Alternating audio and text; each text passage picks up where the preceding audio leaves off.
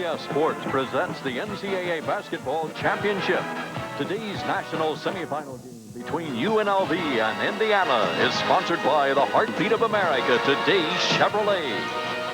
Budweiser Beechwood Aged for that clean, crisp taste. This Bud's for you. And by Mass Mutual, we insure more than lives. We insure success.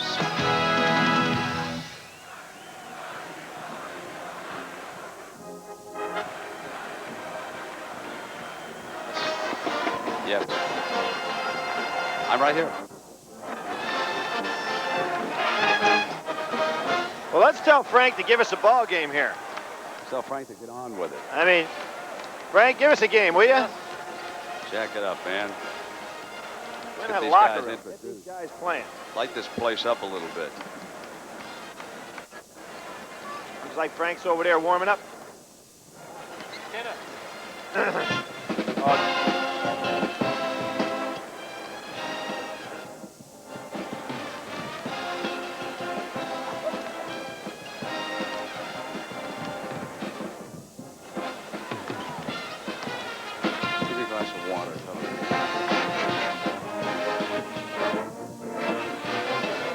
Billy? Yeah. Jimmy? Tubbs? Yeah. What can happen to your water?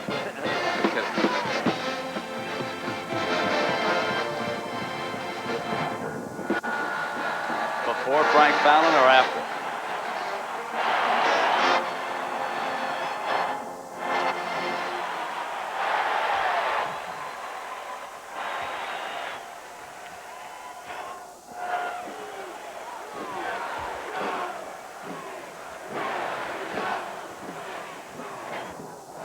Bob Knight has coached Indiana for 16 years. He has won 2 titles. There he is conversing with Gene Corrigan.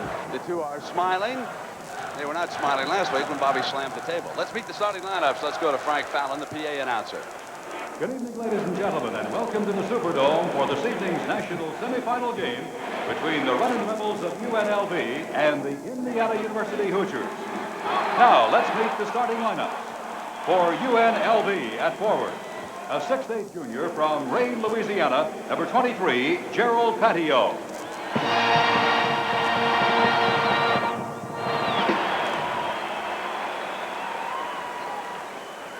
For Indiana at forward, a 6'6" sophomore from Cincinnati, Ohio, number 20, Rick Calloway. For UNLV at forward, a 6'9" senior from Pittsburgh, Pennsylvania, number 35, Armin Gilliam. For Indiana at forward, a 6'7" senior from Westchester, Illinois, number 24, Darrell Thomas.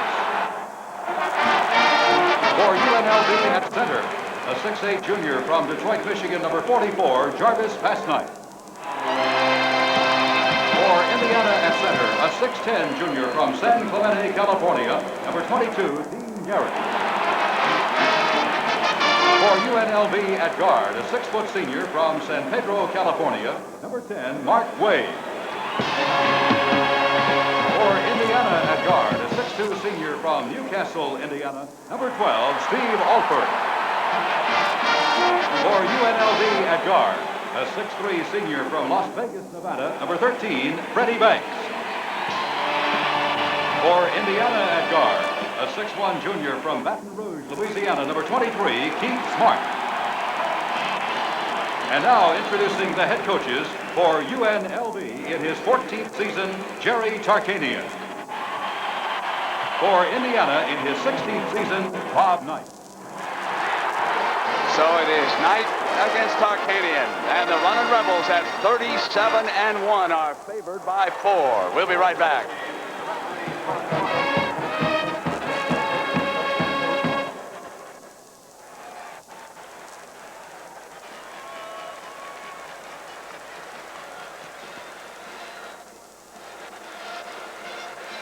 You got it. They were down by 19 was the most. Here you go, boys. Strap them on now. I hear you, Bob. I've got one more flight up to go. Yeah, I know. This exit. Hang on, kid. Hang on.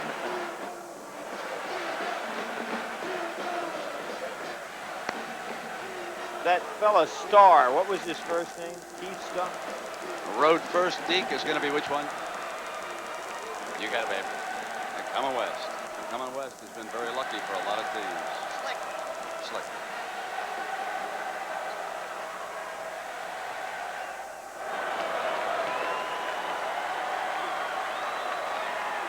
Nevada, Las Vegas comes here, the winner of the West region. They put away Iowa after trailing by as many as 19 points.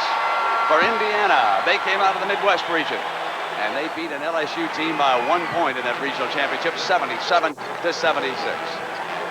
Billy, how about the keys in this game? What should the fans look for early? Well, I think Indiana's going to try to go inside, use their power game. It'll be interesting to watch how Vegas tries to go ahead and guard Steve Alford. And also to see how Gilliam does inside with his power moves, because you know Jerry Tarkanian can go to that big guy inside. It makes the outside even more effective.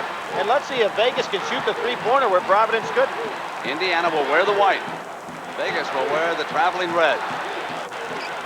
Indiana controls Keith Smart from Baton Rouge, Louisiana. He's come close to home to play in a Final Four, and what a story he is. All these stories will unfold in this game. Rick Callaway, 20. Puts it on the floor. Gerald Patio out on him for the Runnin Rebels. So they play that man-to-man. Banks is on Alford. He didn't pull the trigger early on. They get it in now to Garrett. Garrett on the turnaround over Gilliam with the game's first field goal. Now the Rebels will come right back down. Mark Wade, one of the best point guards in the land, will key this attack. He seldom shoots. Gilliam is in low, turnaround foul. Dick Paparo is the official who called it. Our referee today is John Clougherty out of Raleigh, North Carolina. Paparo is from Syracuse, and Rusty Herring from Durham, North Carolina. That foul was charged to 24, Darrell Thomas. Well, Indiana has had a giant advantage in the foul situation and throughout this tournament. So they happen to pick up the first one there. Also interesting, watch how Wade is guarded by Indiana. Thomas taking Gilliam in this set. Garrett is over on Bass Night, and now he's able to slough off. See, Brent, Alford is not guarding Wade. There's two schools of thought there. Ooh, great jumper. By Gilliam, the big man inside. First school is to guard the passer tight so he can't have the passing lane. The second is to lay off. Indiana decides to lay off. Thomas got an open man, and Garrett lost it. Dean Garrett couldn't get a handle on it. Game's first turnover, and the Runnin Rebels come back. We're tied at 2. You don't have to worry about a shot clock when Vegas is playing. He traveled and he go over to Indiana. That's a turnover. And Bobby Knight barking something out at the end of the bench. Patio, a one-dimensional player. Jerry Tarkanian said he doesn't dribble it well, doesn't pass it well, but he can shoot it. Both Knight and Tarkanian are up here early. And Smart was coming inside of Wade and drew the first foul on Vegas. Wade normally can outrun anybody with the ball, but Smart's one of the best athletes in college basketball. Billy, can you believe that we've got 6 junior college graduates out here starting? Now with Vegas, we know, but what in the world is going on? Well, if Bobby Knight hadn't had the 2 junior college players, he would not be in the Final Four, I can assure you. One of them lost it there, and here comes Wade. Gets it off, a beautiful pass, and Bats Knight comes through for the field goal.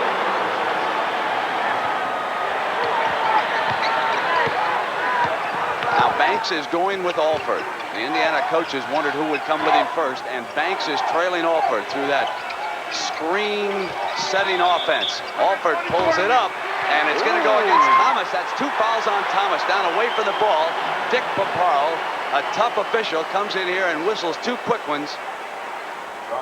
Notice how Bob Knight kept his cool there. Now that's an 2 fouls away from the ball been called right there. Thomas away from the ball completely. Can't believe it's trying to set the screens inside.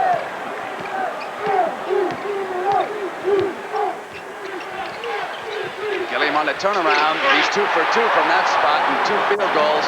And Vegas breaks to a 6-2 lead. But if you're not going to play the passer as they're not playing Wade, it gives them an opportunity to pinpoint those passes inside. They may have to go ahead and play a little tighter on him out front. Callaway brings it up for the Hoosiers. Patio tracks him. Right, Banks all over Alford. Garrett gets it to Smart, who comes to the glass beautifully. Sliced through for the Indiana field goal. Wade right back for the Runnin Rebels. And Patio up with a deuce. Slammed in by Jarvis Bass Night, who skies. No lockout. don't find Indiana a situation where they don't block out often. Into Smart again in low, and he draws the foul from Bass-Knight. Let's take a look at Bass-Knight on the dunk at the offensive end. Shot goes up. Patio really didn't have it in his hands, but put it up anyway. Now watch, everybody in Indiana turns their head. They don't put a body on anybody. Garrett figures he can out-leap Bass-Knight, but that's not the case. You've got to put a body on the great quick leapers from UNLV. That's smart, huh? Yes, indeed. And you know, we've got a McDonald's All-American out there in Freddie Banks. Well, here's a young man who was flipping McDonald's in Baton Rouge for a year. He was cooking the burgers down there as Keith Smart. UNLV 4 of 5 from the field. Indiana 3 of 3. So this game starts out dramatically different than the first one. Wade is left alone and he takes a 3 off the iron. Thomas controlling. Here's Smart and a beautiful defensive move by Wade. That was going to be a breakaway, but he knocked the ball out of bounds. Well, we've got the largest crowd ever for a college basketball game watching the Final Four here in the Dome, 64,959. And folks, not everybody has a perfect seat here, I might point out. We're going to show you a couple of them. Thomas puts it down, comes to the glass, scored the field goal, and Thomas's third personal foul. Offensive foul, field goal, and Steve Isle becomes the man of the moment for Indiana. Well, that's a tough break for Indiana because they are not a very deep bench. We have Bob Knight acting like the gentleman over there. Excellent defense inside. Patio just holds his ground, goes chest to chest. Kind of a touch foul. I think a no call was the best call in that play. He was being a gentleman, but he was saying to Paparo, you're the one that got him in trouble with that second foul. He was saying it nicely. Boy, they're just leaving Wade wide open. He's got to put up a couple of shots. Nice dish. William has been perfect. This is with the left hand. Loose. Alford in a foot race. Rebels get it. Wade to Patio. He jacks the 3.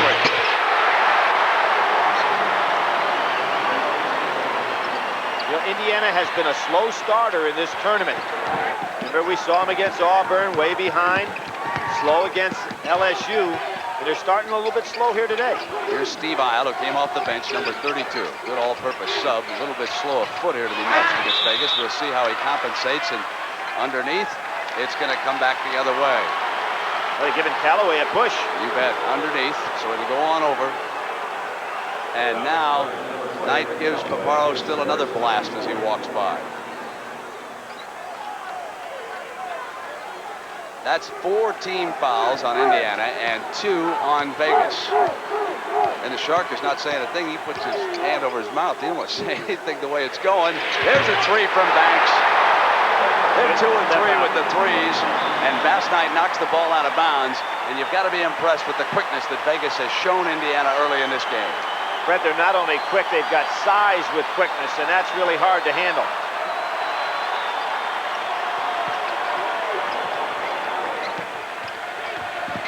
Smart, and he was fouled. That's 2 on Wade. Look for Jerry Tarkanian to come back with Graham, which doesn't really hurt him too much in this ball game. Might even help him a little because Graham then could go over on Alford and free up Banks not to have to work so hard on defense.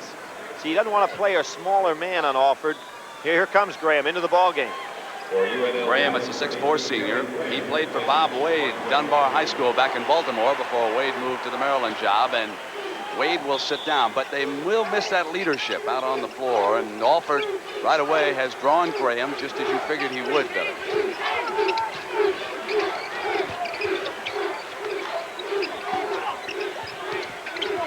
Boy, people who think Vegas can't play some defense are crazy. They play as tough a man-to-man as you'll see in college ball. It's a very aggressive defense. And then Isle gets to the glass. Wasn't sealed off. Taps it in. It's 14-11 UNLV over Indiana. Graham's three-pointer. And Isle rebounds. Graham didn't even get a sweat up here and is putting up threes. Alford maneuvering. Nice defense Gets it by back Graham. from Isle. Side to Garrett. Here comes Smart sliding through. He crashes down and he's fouled. It'll go against Vegas. Well, if you're Jerry Tarkanian, you don't want to see somebody try to draw a charge and a guy that's shooting an off-balance layup. Might as well let him shoot. Billy, one of the most important parts of this game was probably the meeting of the three officials and looking at this. We've had 8 team fouls called in this game already. We've got Thomas out of the Indiana lineup for 3, 4 against UNLV, 4 on Indiana. Now they have established right off the top that this is going to be a tightly officiated game. And if they maintain it, the athletes on the floor can say, all right, we know the rules and we'll play by them. It's if consistency is lacked in the second half that you begin to have trouble with coaches. I think these referees saw the game between LSU and Indiana. And they're not going to let this one get out of hand at all. Banks bringing it down. One of the rare times you see this team slow it up. And not for long. Smart with him. Callaway out on patio. Here's Basnight coming around aisle. Went to the left hand, but you could see the quickness in there. Garrett cleans up, rebounded. Now Indiana can tie it. Well, good help by Basnight. Alford quickly with his initial shot. Tapped away by Basnight. Here come the Rebels. Patio has it knocked away beautifully by Callaway. You know, that's a defensive move a lot of guys are getting to be very good at. Stripping a man of the ball as he goes up for the jump shot instead of going for the block. Alford on the drive. Tosses it up and ties the game at 14. Steve Alford's first field goal here. And it's turned over. Banks lost it on the dribble. On the turnover, and it'll go back to the Hoosiers. We got a television timeout here in New Orleans. It's 14-14. 14-27 left in the first. Yes, sir. Yes. Already better than LSU. Already better than LSU.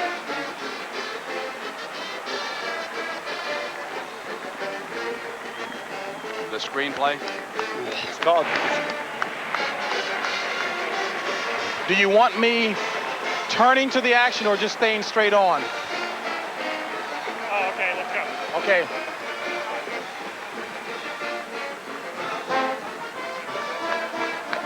What do you think so far? As good as advertised. I'll tell you one thing to watch for right now. Isle can't handle Basnight defensively. Yes.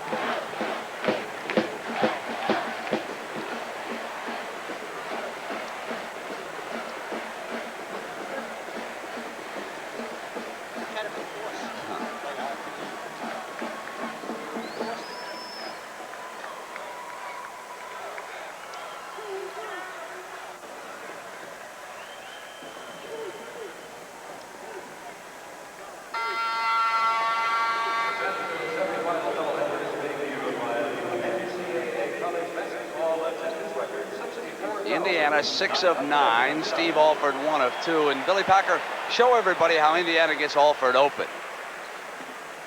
Nobody in college basketball moves better without the ball than Steve Alford. So here's inside with Alford. Here he's going to move, try to rub his man off a screen inside. When the switch is created, Alford will pull out to the side. If the defense goes for the switch, Garrett or Thomas will move inside looking for the inside power play. Or outside to Steve for the three-pointer.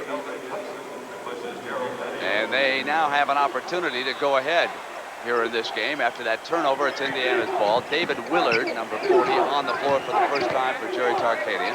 Eldridge Hudson, number 33, also has checked in. And Garrett gets behind Willard. Got the field goal.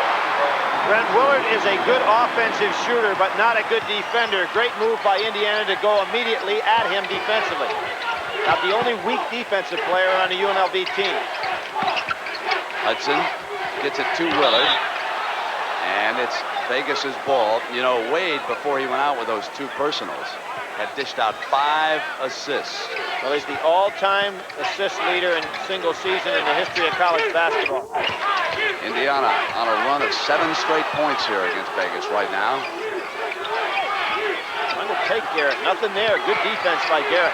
Now he turns on the man, and Callaway yanks the rebound, throws it to Banks, and gets it to Gilliam.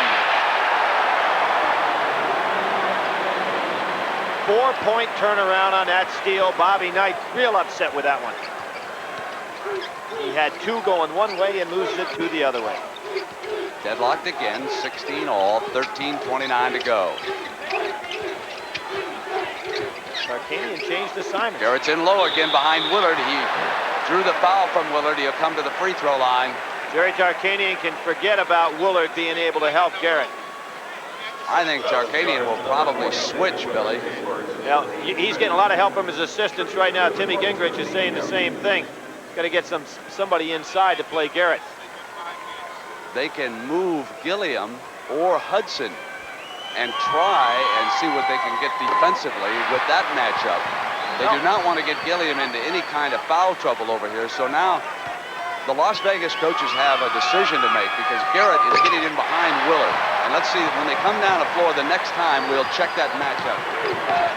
Brent, about the only thing they could do is put Willard on Isle because Isle's not going to be a big scorer anyway. Now at this end, Isle for Knight takes Willard. Hudson and Callaway was there. So Indiana's ball. Check the inside matchup, Billy. Who gets Garrett? Well, they can't change yet. Alford. A three-pointer. I think Vaccaro was late in getting his arms up, but it was a 3, and Banks answers with a missed one. But it's going to be run down by Vegas. And there's one of the things Vegas does well, get the wide rebound. I think Vegas is really out of sync right now with the team they have on the floor. Garrett fronts Gilliam, frustrating him on this side, but they get the ball in low to him anyway. Missed the shot, and Hudson hammers it away. No block out from the weak side. Well, when Gilliam gets the ball, everybody from IU is really there. Now Smart will operate at the point, and Alford will look for the screens. And yes, Willard does come out on Isle. Smart comes up with that great leaping ability, hits the field goal, 23-18. Indiana leading. Banks charges through Smart. Offensive foul. That's his first. Well, with Wade out of the ball game, you see how important he is. He's coming back in now, but how important he is to Jerry Tarkanian's club. They really have gotten out of sync offensively. Willard's going to sit down. Banks has got to sit down. He is one of the great leaders in college basketball.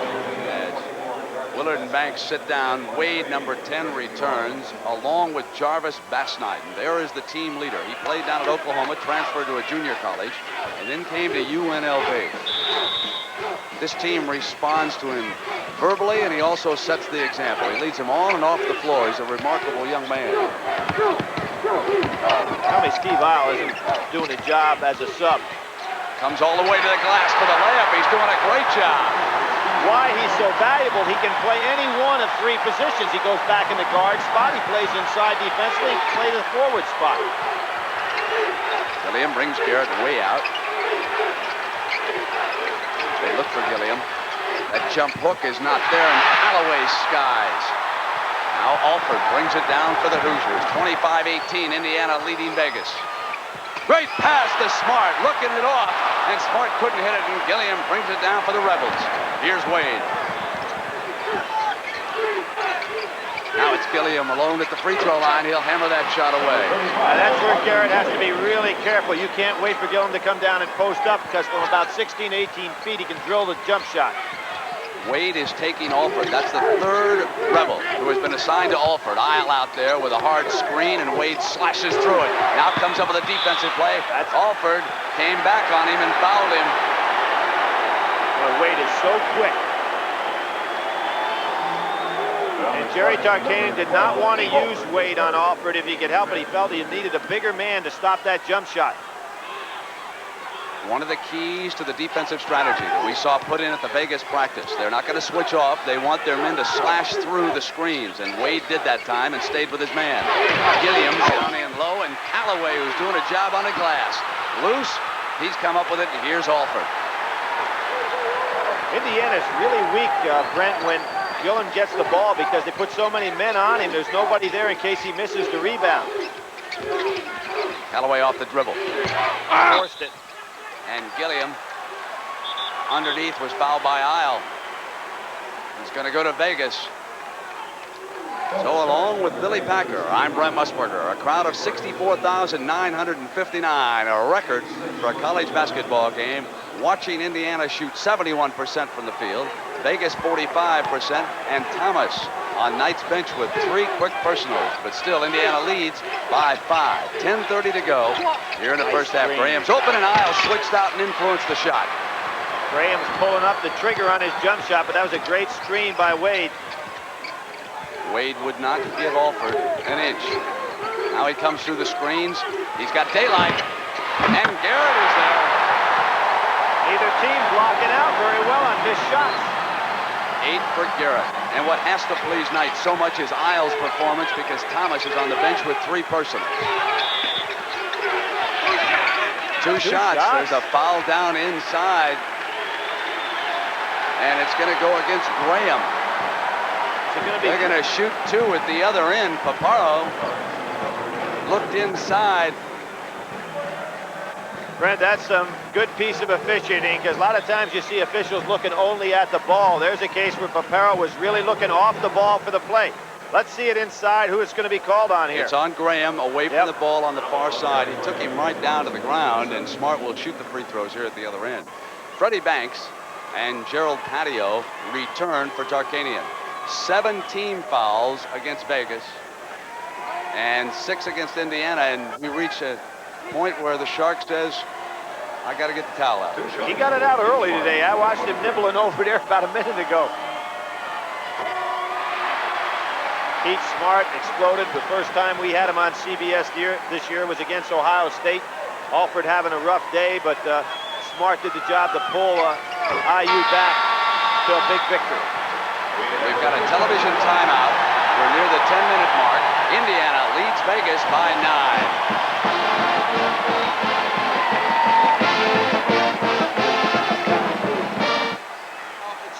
Yeah. Three-pointer, he was on a line. You got it, babe. I love it. Doing a hell of a job, boys.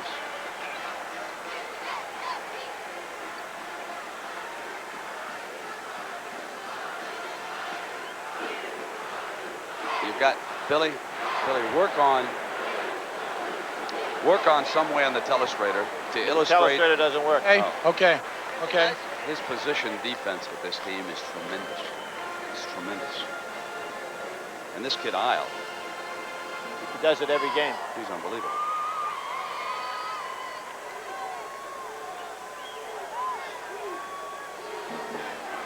Yeah, fine.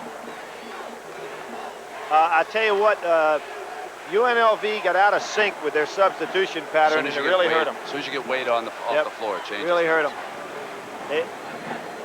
I think so. He did. When they went Willard into the game and they got Wade out of the game, they had no distribution.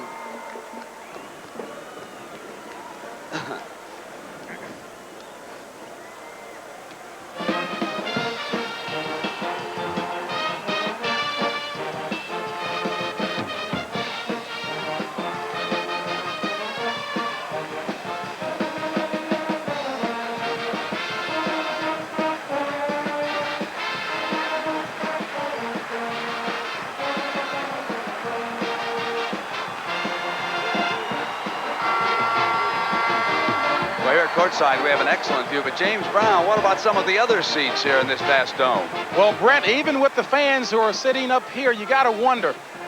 64,000 fans here, the largest crowd ever, unobstructed views everywhere, but those fans who are sitting 27 stories above the action and paid $17.50, you got to wonder if they're getting their money's worth. As a matter of fact, one fan I talked to said that from up here, the game is nothing but a rumor. Brent? Thank you, James. Vegas hit 5 of its first 8 shots. Since then, only 4 of 13 against this position man-to-man defense of Bob Knight. It's the pressure defense of the Runnin Rebels against position man-to-man. They drop it to Gilliam. Isle in low, and they send it back to Wade. Patio, he's one of the threes, and he hits one, his second of the game. They are 3 of 5. Isle puts it on the floor, and Fast Knight takes him, and here's Garrett up over Gilliam, but he traveled coming off the fake. Gilliam underrated as a defensive post player. Holds his position very well, moves his feet, doesn't go ahead and slap with the hands. Patio's feeling warmed up with that 3. He'd like another one. Loose on the floor, and Smart dove back in on the ball against Gilliam, and it was turned over, went out of bounds first. So it'll be Indiana's ball, and Vegas sets the pressure, and Smart breaks deep. Comes inside, Gilliam hits the layup against the full court pressure defense. Bob Knight will do that. He did it in the rematch against Iowa. He says you just go all the way when they set the full court press. That's the best attack against it. Adio's second three here in the last few seconds. Long rebound off the hard rim, and Alford got a ball on it. And Callaway, who has played extremely well here so far, wraps it up. You notice when Patio knew that shot was off, how he took off to go get the rebound. Alford showing some pretty good ball handling and passing out here today, as opposed to his normal shooting. Gets caught in the switch. It was a little flat for Steve's shot. He's missed a couple from that spot over there. In that first game, we had some poor shooting. Banks pulls up. Great hesitation dribble. Just throws the defender. Teams are slowing down a little bit right now. It's like they lost it, looking for that second win. Callaway tried to get a field goal and couldn't. It's 31-25. The quarterback brings it down. Adio off the move. The three not there. When he misses very, very badly. Boy, I'd go crash that board. He throws some hard bricks up there. Normally a great three-point shooter is a guy that has it always soft around the rim. Garrett on a quick turnaround, and Gilliam fouled him. That's his first personal foul for the Hammer. Give you an idea about IU going to the foul line. In the tournament so far, they've been there 116 times. Their opponents only 61 times. That's 55 differential. So far, Vegas has not shot a free throw in this game. Indiana, Garrett gives Indiana 7 of 8 at the free throw line. And Indiana has enjoyed an enormous edge because not only do they get to the line, they have been hitting them in the tournament. And they build a 33-25 lead, 7:47. Hitting them, they're shooting 82% from the foul line. Cross the patio, maneuvers, and Garrett blocked it. Look at Isle, just wave off Alford, said, I'll bring it up. So valuable to have a sub that can play multiple positions. Callaway cut off, they get it back to Isle. It was a good cutoff by Bass Knight. Inside to Alford, gets Banks away from him with the body, and then hits the two. Wade comes right back, it's a 10-point lead, biggest of the game. Gilliam at the line. Should have been a foul on Garrett, sticking his hand in his face after the shot. That's the second time he's come down and pulled up, taking that little 16, 17-footer.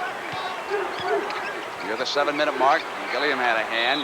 Ball went out of bounds. Indiana's ball, and Gary Graham, senior guard, checks in. The guy that's Patio sits down. Brett, the guy that's tired right now is Garrett, but he doesn't have anybody that's going to go in for him the remainder of this half. Push by Banks. That's his second personal. This game is being called very tight.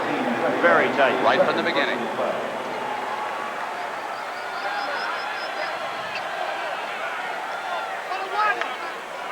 Now Alford, who is one of the best, as you might imagine, from the free throw line. He has hit 22 of 25 in the tournament, 88%.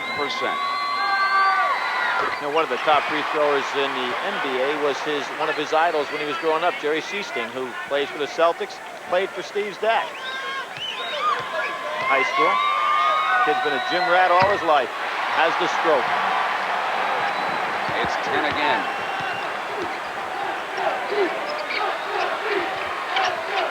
Callaway sticking with Graham outside. They get into Bass Knight. Alford reaching in is assessed the personal. That's his second. So the winner of this game meets Syracuse for the national championship Monday night. In case you didn't see the score, Syracuse eliminated Providence 77-63 in our opening game. Here it is Indiana against Vegas, 37-27. Indiana, 6:48 in the first. Billy? Brent, on that last play, you could see Steve Alford let Banks go completely. Now let Wade go completely. What Wade has got to realize that if he's not going to be played, he's got to start taking up the slack a little bit so he can get the ball back and make the good pass or take an occasional shot to keep Alford honest. Bass Knight misses the Rebels' first free throw on the one-on-one. Save by Isle, ships it to Alford. Boy, this is a quality performance by Isle off Knight's bench.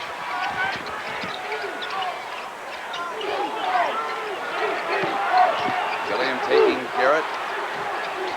Nice man-to-man defense by Graham. Wade switches over on Smart. Alford couldn't do anything with Graham, so he sends it back to Isle. Clinic by Graham right there. Winds up in Callaway's hands. Now it's Steve's three. Yes, and a good call by the ref. Graham stuck him right in the chest with his hand on the shot. Tarkanian wants a time. Good refereeing. I said before that Garrett did that on Gilliam, but it wasn't called. These refs are right on top of this game. Indiana 40, UNLV 27.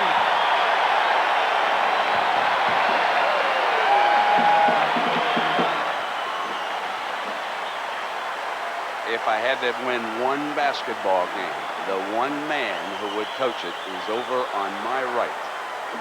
This is a clinic. See the push in his tummy? This is a clinic.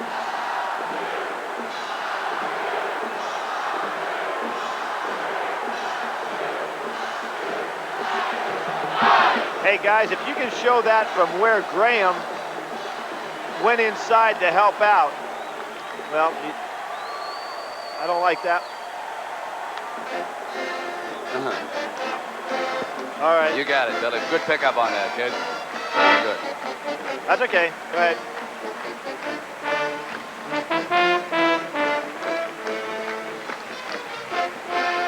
I think Jerry hurt his ball club with his early substitution. Well, that team is never the same when Wade's off the floor, and he let also, it doesn't work, and Isle works. Yeah. You know. Yeah.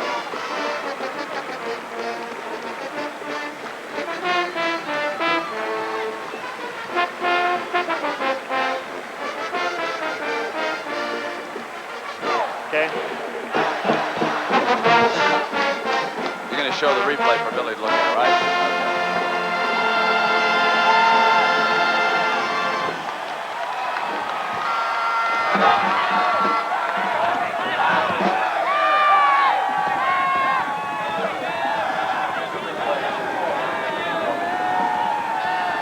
Billy, take us through that play a moment ago. Well, Graham gives a cheap shot to Alford right there. Now, that wasn't a big physical deal, but whenever you gain an advantage with contact, which was the case there on that particular play, the official wisely made the call.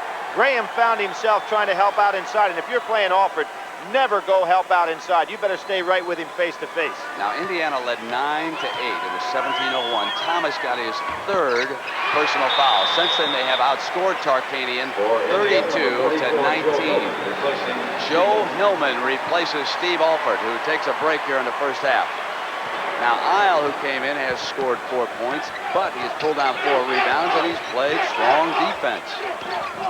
Look at the quick double on Gilliam, and so from the corner. Oh, what a running shot. three from the deep part of that corner. Are you kidding me? Fading away, going to the deep corner with a good man on him. Vegas team was down 19 to Iowa. I think it was about 18 early in the second half, and still they were able to come back. A lot of firepower Indiana faces here. Here's Isle. He's got an opening. Tried to dish it off. The defense was there. Callaway beautifully follows it up. Now Joe Hillman positions the defense. Wade is cut off. Hillman didn't show up on the stat sheet as even having played against LSU, but may have been one of the most valuable minutes we've seen all year. Gilliam on the turnaround. He had a 3-point play. Knocked out by Bassett. He had a 3-point play, and he fouled out Dale Brown's strongest defender in that game. He really did a good, smart job leading the ball club. Like I said, it played less than a minute in the game, so he didn't officially show up in the stat sheet. Eldridge Hudson is the Rebel who just checked in, and Smart is rejected by There he is again. Joe Hillman following up. It seems like Vegas is making one effort on every play, and Indiana making 2, and that's why they're capitalizing on it. The three from Banks, the other side. 11 points for Banks. And Vegas is 5 of 10 shooting threes. Stolen by Wade. They can work a run faster than any team you want to see. Hudson goes to the glass.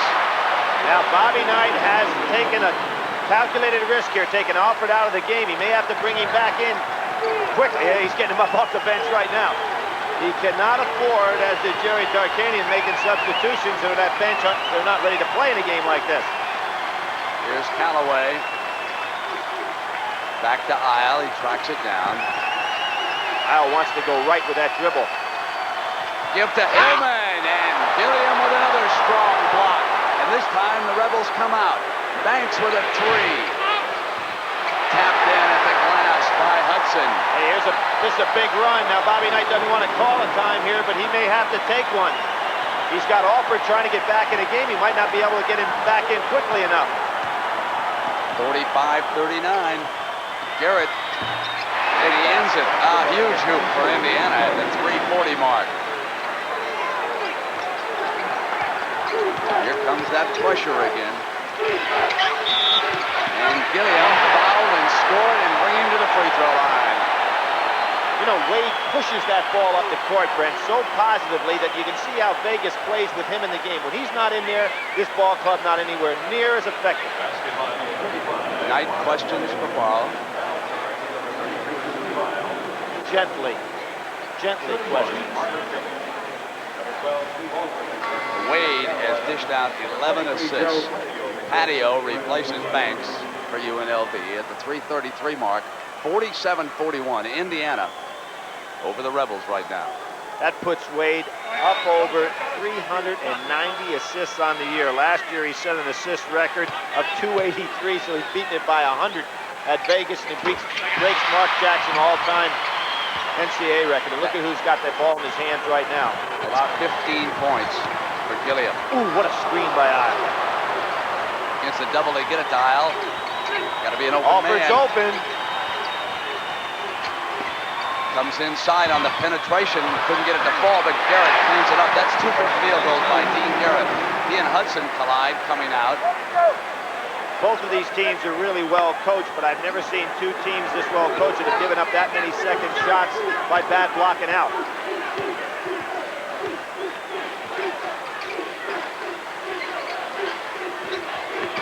Knocked away by Smart and out of bounds.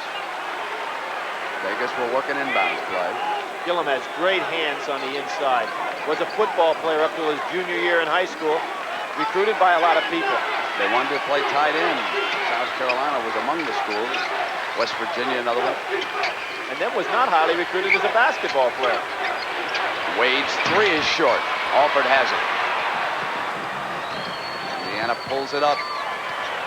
Now Alford comes in all the way, and Gilliam is there with another block. He's been a monster inside. Graham coming through the foul. And so Gary Graham, with the third personal on Steve Isle, moves to the free throw line. They are fun to watch on the break. It just gets exciting as they cross at half court. You know they're all moving. They really fill the lanes. Alford thought he had it made. Excellent timing on the inside by Gilliam. Here's Steve. He's beating him around the corner. There's no place to go. Gilliam times it perfectly and starts the break. Richard Robinson has checked in against Knight for Vegas. He'll wear 00. He's in the middle on the far side there on the free throw line with Graham at the line. Knight is having a few calm words over there with Papa. Well, Bobby Knight, you know, a master of working at sidelines, and knows with this particular crew, particularly after what happened in the LSU game, this crew's not going to put up with any of his nonsense. So he's trying to gently work him as opposed to going after him with that violent attitude he showed in the LSU game.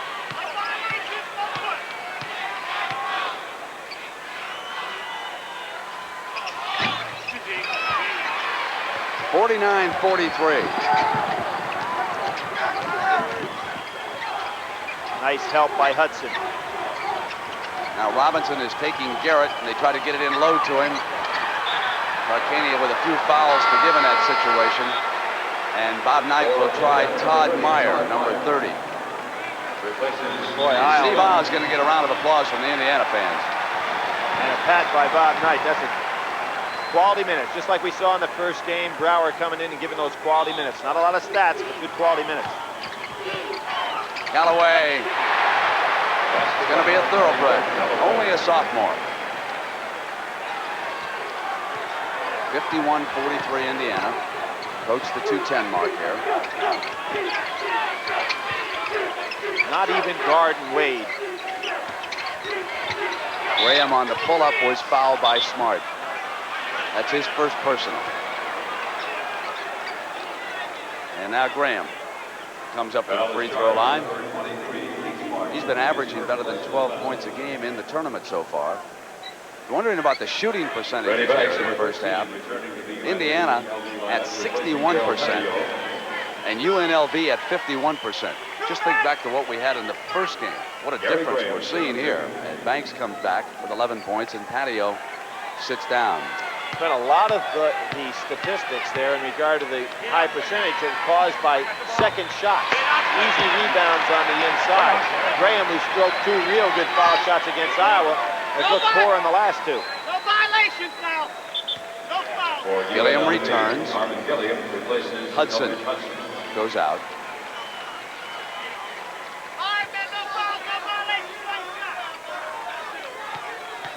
Graham's brother, an outstanding shooter for the University of Maryland. Boy, he hasn't looked good on one yet. Meyer rebounding.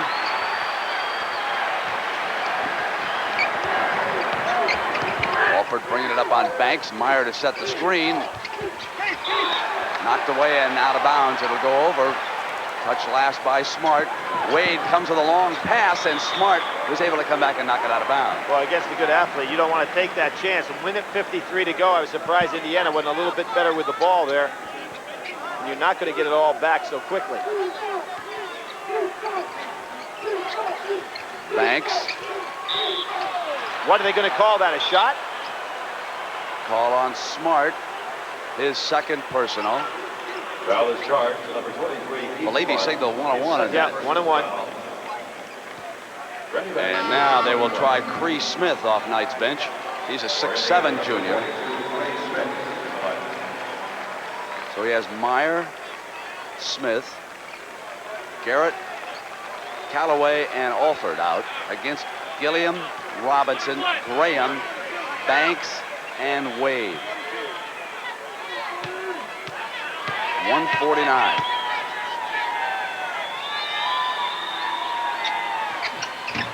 Boy, troubled that line. And Gilliam rising up. He's fouled on the shot, and he'll come to the free throw line. Garrett working away on him. He picks up his first personal. Brent, both of these coaches will look at this film later this summer and wonder how so many second shots have taken place, because they're normally very good at blocking out inside, particularly fundamentally sound on a foul shot. We saw Syracuse get an awful lot of second shots or second rebounds off missed free throws. And that's been the difference in the scoring. 51-43 as a result of that. Indiana with the lead. Now it's 51-44. Gilliam with 16 points here in the first half. Well, Gilliam, known as the Hammer, got his nickname from Spoon James. How'd you like to get a nickname from a guy called Spoon? Now that's scary. This is the second free throw shooting, really hurting UNLV. Banks all over Smith. He better give up the ball because Banks will take it from him. Ships back to Callaway. Open is Smith. Double team. Somebody's got to be open. It could be Alford. He's pulled it back out. And they're off of Meyer pretty much. Here he is. Now it's Cree Smith coming in. Callaway gets two fake, goes to the glass for the layup. Is he going to be a big timer or what? John Thompson taking a look at this game, maybe thinking Olympic material for that guy. You bet.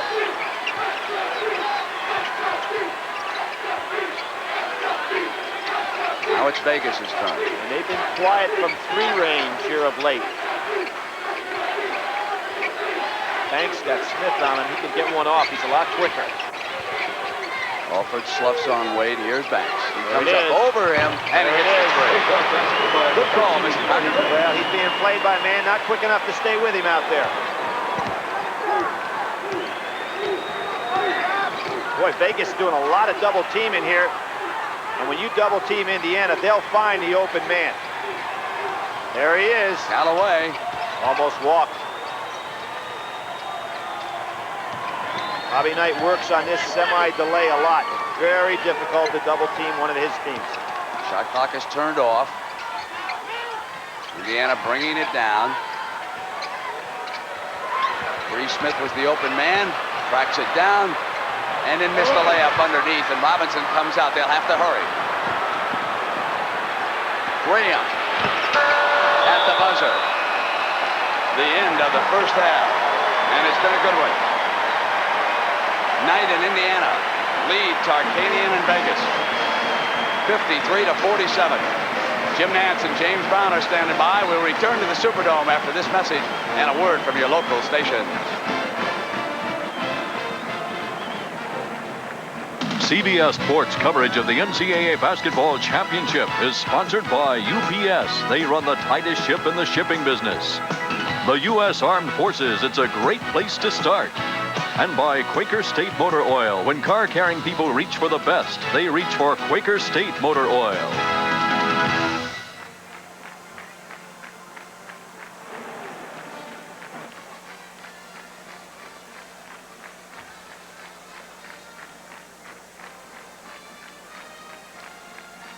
Sorry. Boeheim is not here. Boeheim is not here yet. No. No sign of him either. Here he comes. Lenny's bringing him across the court right now.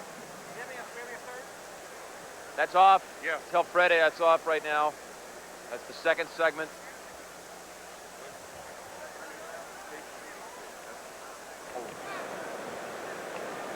Now let Billy hear this also.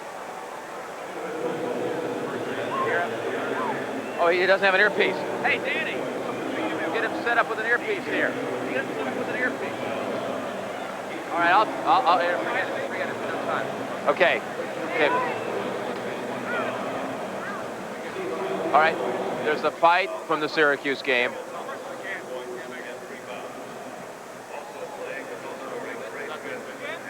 Four-point play. Coach, how are you? Congratulations. Yeah. Duke, it's going to be, here's our score at halftime. Welcome back to our set here at the Superdome. I'm Jim Nantz, joined by my colleague Billy Cunningham, along with Jim Boeheim, winner in our first semifinal this afternoon. Coach, congratulations. And then Billy's going to pick it up with the second question. Can't do much for this. Yeah. Right here. Thank you.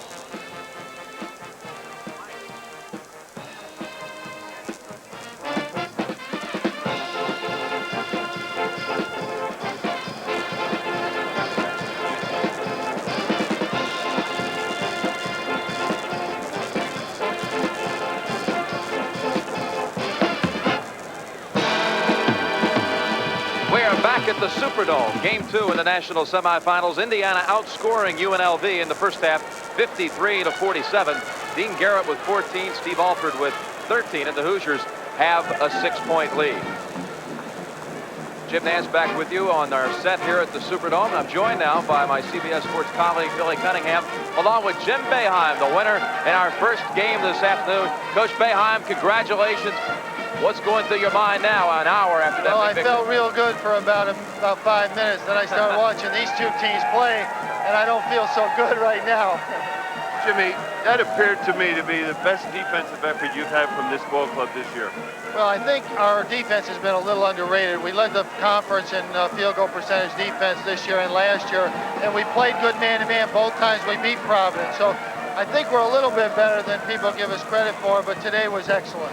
Coach, tell us what happened here. You had an 18-point lead in the second half, and then an altercation took place. Tell us about this. Well, it was a normal Big East scuffle. You know, we get in these all the time. They were just locked up, and, you know, just one of those things. And we just, you know, a guy came in and hit Coleman, and I just tried to get out there and separate them. But I thought up to that point we played the best we could possibly play offensive and defensively. And from that point on, we just hung on. We were just struggling. Momentarily, that seemed to ignite Providence. They went on a 9-0 tear, but then your team came back with another big play. Well, when they went on that tear, we just felt we had to hold the ball, spread them out, try to slow the game down a little bit. And our kids have handled the ball well in that situation all year, and they did it. Jimmy, for you guys to win the championship, okay, Monday night, is there any key phase of the game or a key player you think that's got to play an outstanding game? Billy, we've done it with balance all year long. Syracuse has always been a balanced team offensively and defensively, and the way we can be successful is by being balanced. We were that today, and that's, I think, the overall key to our team. When everybody's involved, then we're a good basketball team. The Big East this year, you know, it's supposed to be down year for the Big East, and we see them, the two teams in the Final Four. Why? I mean, why does this happen? Well, the conference is very competitive, as you know from seeing some of the games that you saw. It's a war every night, and I think that gets you ready. The Big East tournament helps get you ready. But, you know, I just think that this happens to be our year. We've had good success in the 8 years, and mainly because I think of the commissioner, the organization of the league, the way it's been set up has been done the right way, and it's helped all the coaches get the best possible program that they can have. Billy, quickly, what do you think will happen in the second half? I know Jimmy can't really comment on it, but what do you think? Well, the one thing Indiana cannot do is relax for 1 second, because we saw last week where Iowa let up a little bit, and UNLV is going to come at you for the next 20 minutes of this game. All right, Billy, thank you, and congratulations again, Jim Boeheim. We'll see you Monday night in the championship game, and we'll come back in just a moment. Bobby Knight, in his own words, as we continue from the Superdome in New Orleans.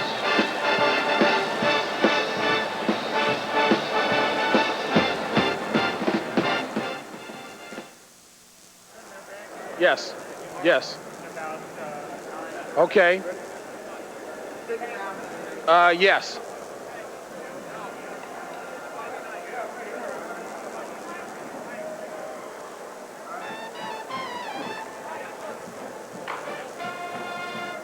Yeah. Jim. Okay. Okay. You got it. Not now. Second thing. No, after that. Are these final third round scores? Third round is complete.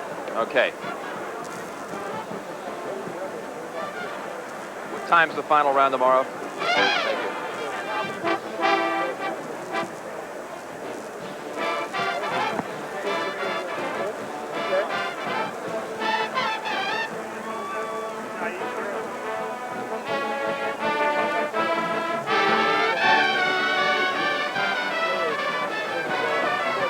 This is just to the scoreboard, to the promo, to James.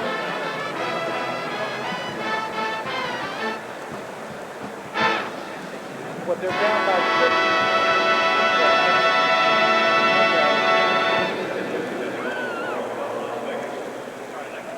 Okay. All right.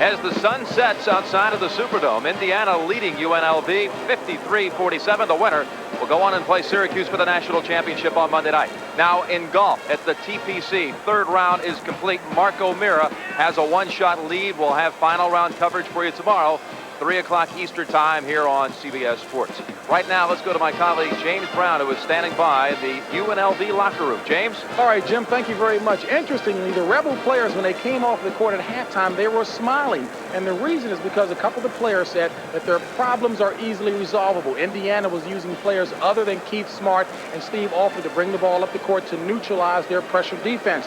But the main reason for the smiles, even though they're down by 7 points, is that they have Indiana into a running game, and that's their game. They feel they have Indiana right where they want them. Back to you, Jim. All right, James. Perhaps the most dominant figure coming into this Final Four was Bobby Knight of Indiana. He played in the Final Four 3 times on those great Ohio State teams. Now he's coaching in his 4th Final Four. Well, we talked with Bobby yesterday, and here, in his own words, is what he looks for when a youngster comes to Indiana looking to carry on that Hoosier basketball tradition. Over the 16 years, we've had every personality imaginable. I mean, we've had some very passive kids that have played extremely well. We've had very aggressive kids that have played very well. We've had talkative kids. We've had quiet kids. I think it's just simply a matter of a kid saying to himself, hey, I want somebody to push me to the fullest. I want to find out how far I can go. I want to be the best I can. And in doing that, I'm going to do what I have to do. Now, if you have an idea on how basketball ought to be played, and you're going to stick to that idea, then you're going to have a tough time with me, because I've got an idea on how basketball ought to be played, and I've worked at it a hell of a lot more than you have. I think a kid has to know how far he can go. I mean, most of us don't. We're tired, but we aren't tired. We're hungry, but we aren't hungry. We're sleepy, but we aren't sleepy, and we got to know when we aren't. I don't ever want a kid to have to come back and say, Coach, I need to borrow some money because I'm not successful. I mean, I want him to be successful so I can go to him and borrow money. There have been 2 kids that have played for me 4 years that haven't graduated yet. And that upsets me because I think they all should graduate. That's my responsibility. I tell them that when they come. 50%, 40%, 75%, none of that's good. They're there to get an education, not to play basketball. And I don't think anything less than everybody accomplishing what the intent of his enrollment was is satisfactory. They all think I'm a lot easier today than I was when they played. Doesn't make any difference. Every kid that comes back, it's like, boy, you ought to have played for him 5 years ago, or 10 years ago, or last year. There's a big change in him between then and they change. No, it's the same. Bobby Knight happy at the moment. His Hoosiers shooting 59% from the floor and a 6-point halftime lead. You're looking at Valerie Pita, a 19-year-old cheerleader for UNLV. Valerie has been suffering from Hodgkin's disease for 6 years and was told that chemotherapy will no longer be able to help her. She now needs a bone marrow transplant. The estimated cost for that procedure is $125,000. And Mark Wade, a guard for the Runnin Rebels, took up the cause this week at a luncheon. I've never seen a person smile so much when facing adversity. I sit there and I watch Valerie every day. You know, she comes out and she cheerleads for us. And, you know, I'd like to thank her for that. And I pray to God that everybody pulls together and gets her through this. I'd like to say we need all your help. Please pull together.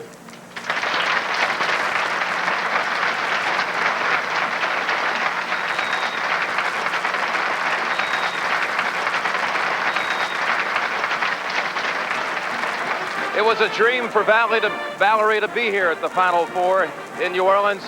She's here. She's going to be rooting on her Runnin Rebels in the second half, and we'll get the second half action after this message and a word from your local station.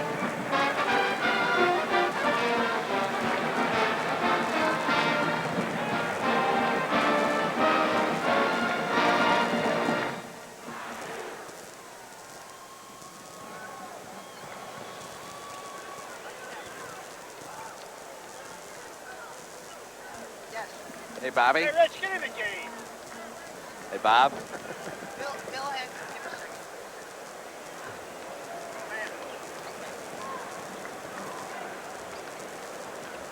Hey, Bob, is Winter still in the truck? Ask him who the hell we was who interviewed Bobby Knight. Ask him who the hell we was who interviewed Bobby Knight.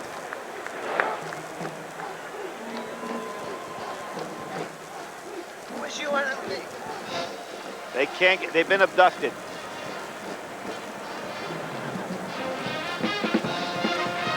Reggie Miller was going.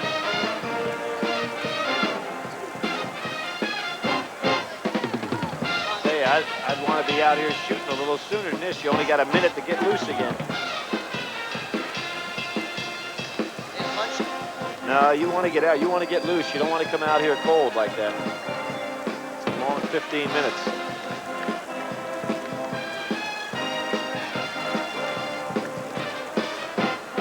Got a minute, 20 seconds to go. They're not going to get a shot off. Is that right? Hey, are we a minute 20 away?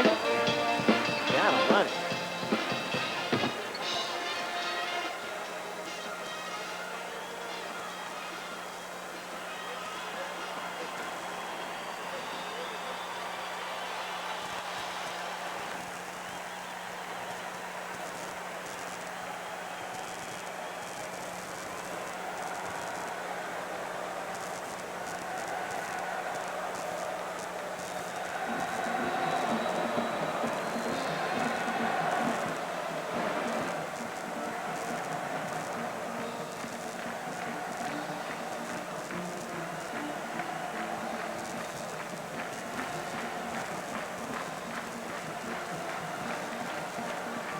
CBS Sports coverage of the NCAA Basketball Championship is sponsored by Miller High Life. Miller made the American way since 1855. Mazda cars and trucks. The more you look, the more you like Mazda value.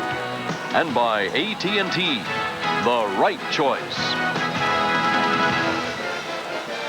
Well, Billy Packer, as Jerry Tarkanian now begins to hustle out here toward the court. We've got 6 seconds left toward the start of the second half. The Vegas players just filing out on the floor.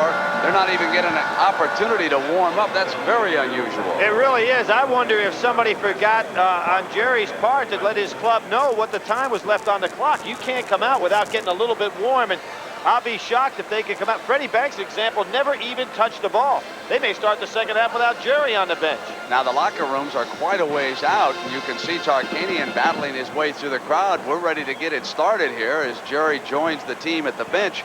Indiana came out with about how much time on that clock to shoot around? Well, normally you want to get yourself 3-4 minutes, and I think Jerry's saying that we weren't notified, but that's a big mistake on the part of somebody from UNLV to not let people know when they were going to go ahead and start this second half. And you're saying, Billy, it is difficult for the players to start out cold and be loose. Impossible. I mean, you've got to come out and get a couple of shots up. Now, this is a club that's in great physical condition, but you want to at least touch the ball a little bit. Now, Knight is saying, when that goes to 20, you get him out here and let's play. I was ready. Let's get at it. So Bob Knight, he was a different sort of a leader in the first half regarding the officials. Billy, tell us about it. In my opinion, Bobby Knight knew he overstepped his bounds. Now, you did a great job with him, Brent. I'm not smoking you a little bit, but you did a great job talking about that technical foul and that he deserved it in the last game against LSU. He got himself a little over the edge in that game, maybe a way over the edge. Probably should have been slapped for at least another technical. He knew it. He came into this game. He's been very passive on the bench. Look for him this second half maybe to go that same way because the officials are keeping an eye on him. All right, it is a 6-point difference as we start the second half. Indiana 53, UNLV 47. Vegas and the traveling Reds, and Wade with a three is off, and Alford pulls it down. We get word from the table that the NCAA committee does not have any responsibility. It is up to the team. They know how much time there is when they leave the floor to get back out and warm up. They wanted Smart off his hand out of bounds on the turnover. It's Vegas ball. Good quickness on the part of Wade. Try to get the little backdoor cut, but UNLV is going to have to run up and down this court a couple of times to get loose. You can see that brick that Wade threw up the last time down. Tough to come out and make a shot if you haven't warmed up. Alford's not even guarding Wade. Foul. Missed the three. And they lose it back to Vegas. Pass night to Gilliam. Wade again with those quick hands. Causing trouble.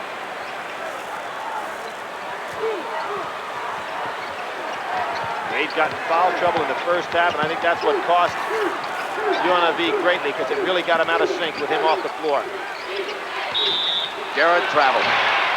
That's 2 quick turnovers. Here as we start the second half, and 10 total for the game for the Hoosiers. Down to 4.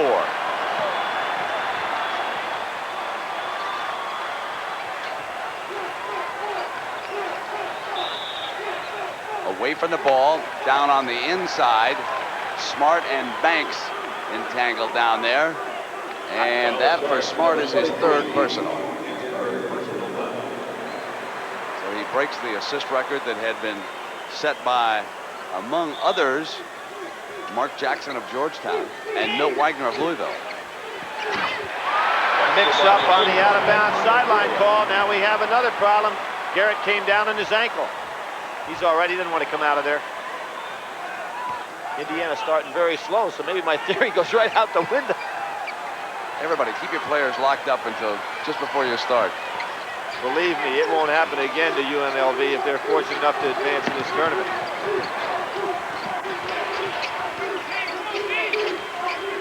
Alford, he was wide open when he turned on that shot.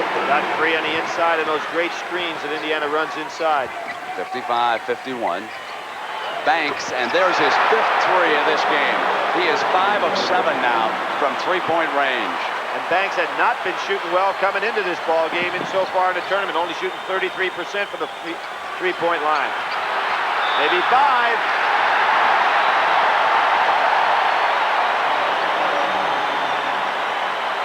Mark Wade over there smiling at Bobby Knight.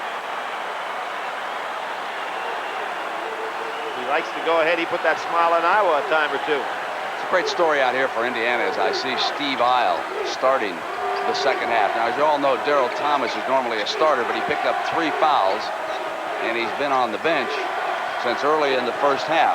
The reason he did not start is because Bob Knight remembers an incident when he was at Ohio State playing for Fred Taylor, and he played a great first half and thought he deserved to start, and Taylor put his starters back in. Patio, the pull-up shot. Smart had it and then lost it, and Vegas has a possession. So ever since then, if someone plays well, he'll get to start the second half, and last night hits him with a field goal. Brent, I'm going to throw something at you right here. Although you don't want to guard Wade because he's not a great shooter, I think it'd be smart to go ahead and put a man right in his face to take away those passing angles he's got. You know, he's out there just like in a rocking chair, and he can pick and choose his spots. Indiana's ball, and now Thomas comes into the game, and Smart sits down. So Vegas ahead, 56-55. They were down by as many as 14 points.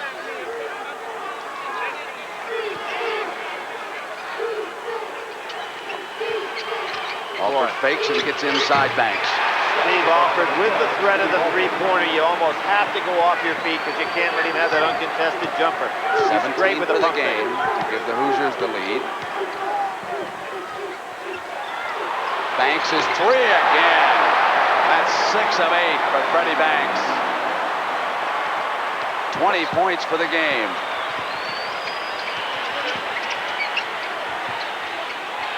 Callaway needed room. He wanted to drive on Patio that time, but Alford was in the way.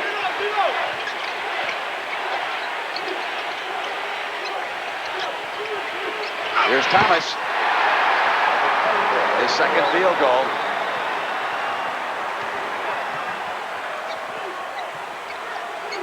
Good job by Al. He's going out there on him now.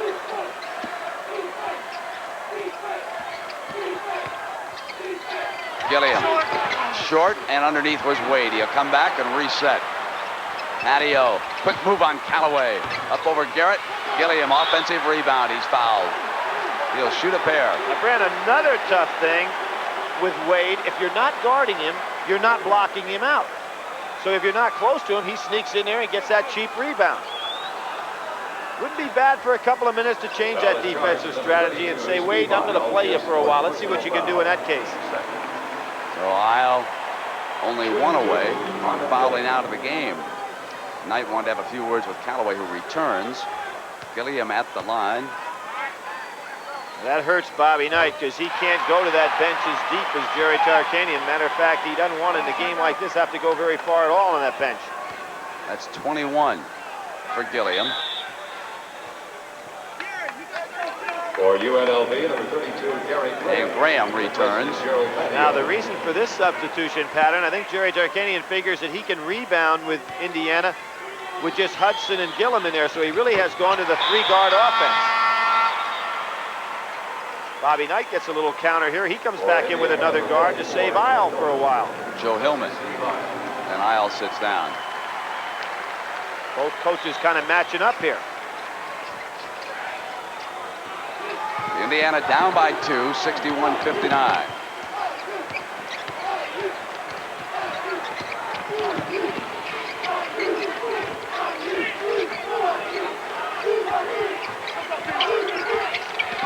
Callaway straddled. I don't know if he traveled on that play, and I think Bobby Knight's making a good point over there. It was an unusual looking step, but he still had his pivot foot on the floor. It's one you want to take a close look at. Anytime you do that unusual looking play, referees blow that whistle on you. Wade left alone. He faded. Garrett off with the rebound.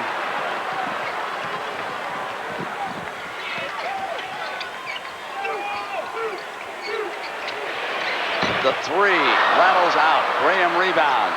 Quickly to Banks. He puts one up on the move. Hillman's rebound for Indiana.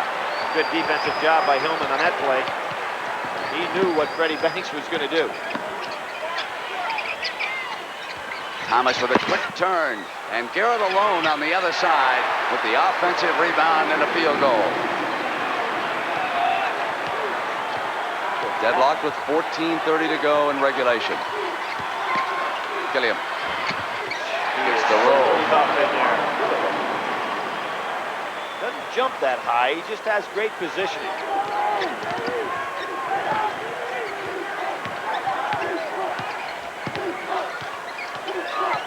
The screen's being set down low for Alford.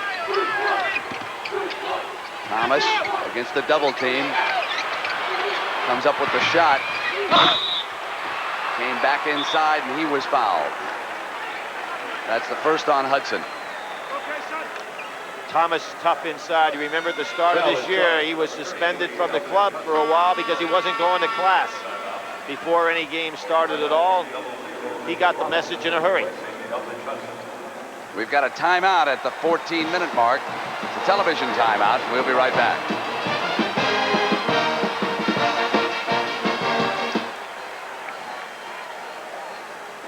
Bobby telling the referee that was not a walk on that play before. No problems. This game's going to move along here, it looks like.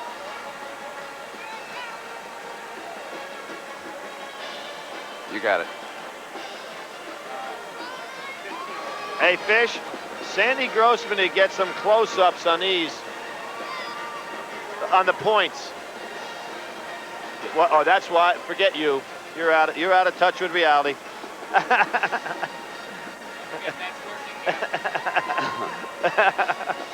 Well, they're staring me right in the eye here. Jimmy Tubbs is salivating. You got him.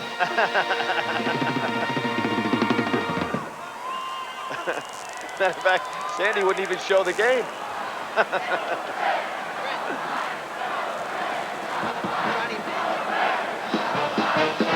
Where is he?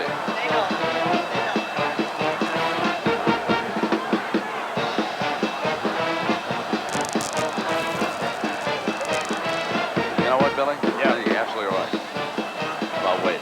I agree. I absolutely agree with you. He is so good. For a little while, you do it.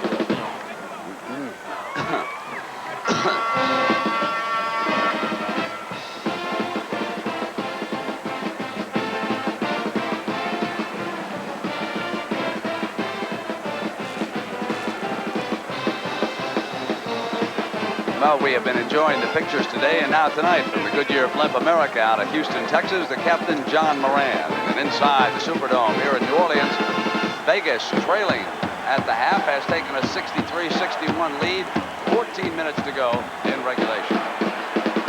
And Mark Wade with 16 assists, and each one becomes a new record. And Brent, that's 16 assists. That's good for 32 points. So half of the points scored by Vegas this year have been directly off passes from Wade. IU has to figure out some way to shut him down in that area.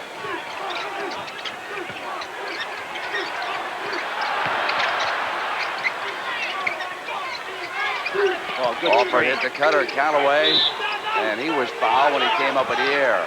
That's Graham's third personal. There's Indiana rubbing those screens off on the inside. Callaway and Alford looking to come off double post. They really do it well. Indiana has not scored against man-to-man out of bounds, but I look for somebody to get a cheap one here one of these times. Well, Wade fought over that screen beautifully. He gets caught on one there. They sealed him, and that gave Alford enough time. Nobody works without the ball any better than Alford does on those screens, like Scott May used to do on that great team that Bobby had in 1976. Or Bill Bradley of Princeton. The three from Banks, not there. Garrett rebounds, and now Indiana can take the lead. Notice how Indiana has cut the break off today. Vegas had not been able to get running. The lead for the Hoosiers at 13:08, and it's Alford who backs up field goals. Wade's got to feel like he's running among the trees in there trying to get through.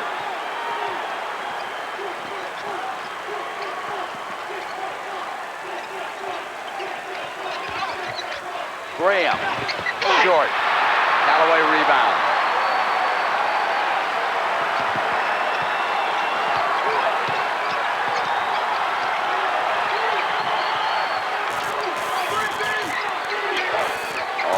spins inside on Wade, and Garrett underneath for the rebound is fouled by Robinson. Here we talked about inside with Alford. Now watch Alford use his screens. Here's Wade trying to fight over the top. Now that was an illegal screen moving over there by Thomas. Then Steve goes wide, and when Wade tried to fight over the top of the screen, Alford stayed down on the baseline to be wide open. Here is the Indiana set on the out of bounds. That's 3 team fouls against Vegas this half, 2 against Indiana.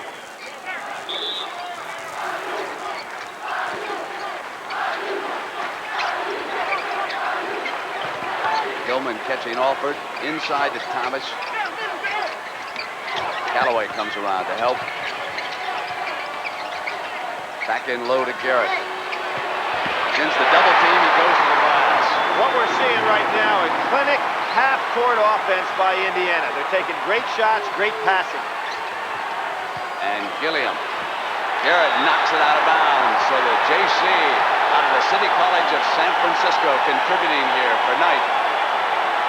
Brent, one of the reasons Vegas could not get the break going is because Indiana is using the passing lanes so well. They're not taking any bad shots, so there are no wild rebounds. Jarvis Bassnight into Tarkanian's lineup.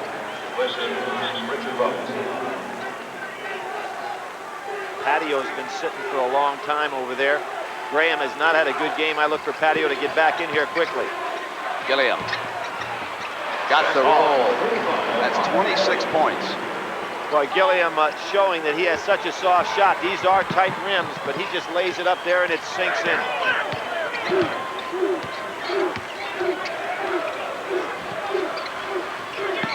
Using Hillman at the point as Smart sits out, and Hillman burned him inside.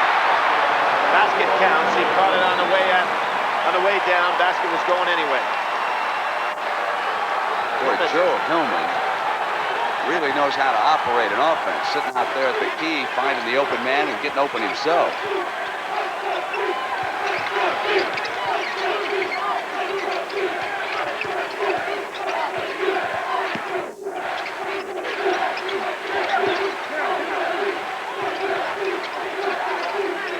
Gilliam goes in, snaps a high pass. Great defense by Garrett. All the way there for the rebound.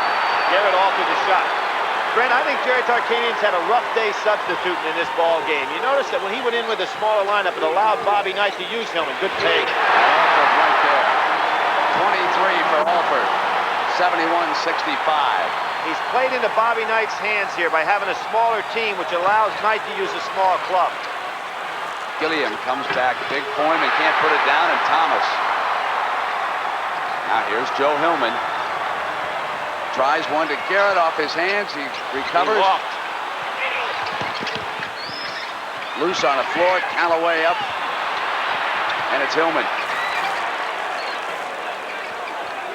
Bassnight reaching around Thomas. That's his second personal. Not yet in the penalty. So the ball will be taken out of bounds.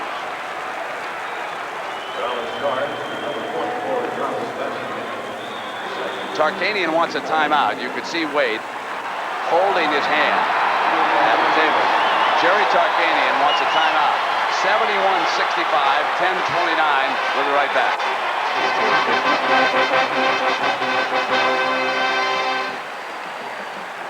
He's bringing Patio back in to get the matchup more to his liking. Cost him in the first half. He's cost him in the second half. You got it, babe.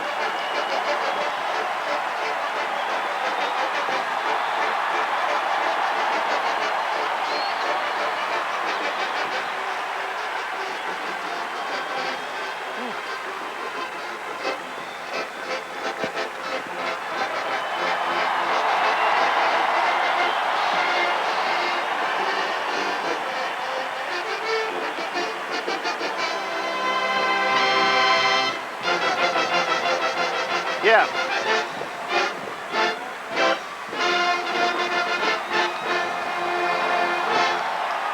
Yep, that's a great play to show Alford freezing the defense with a fake.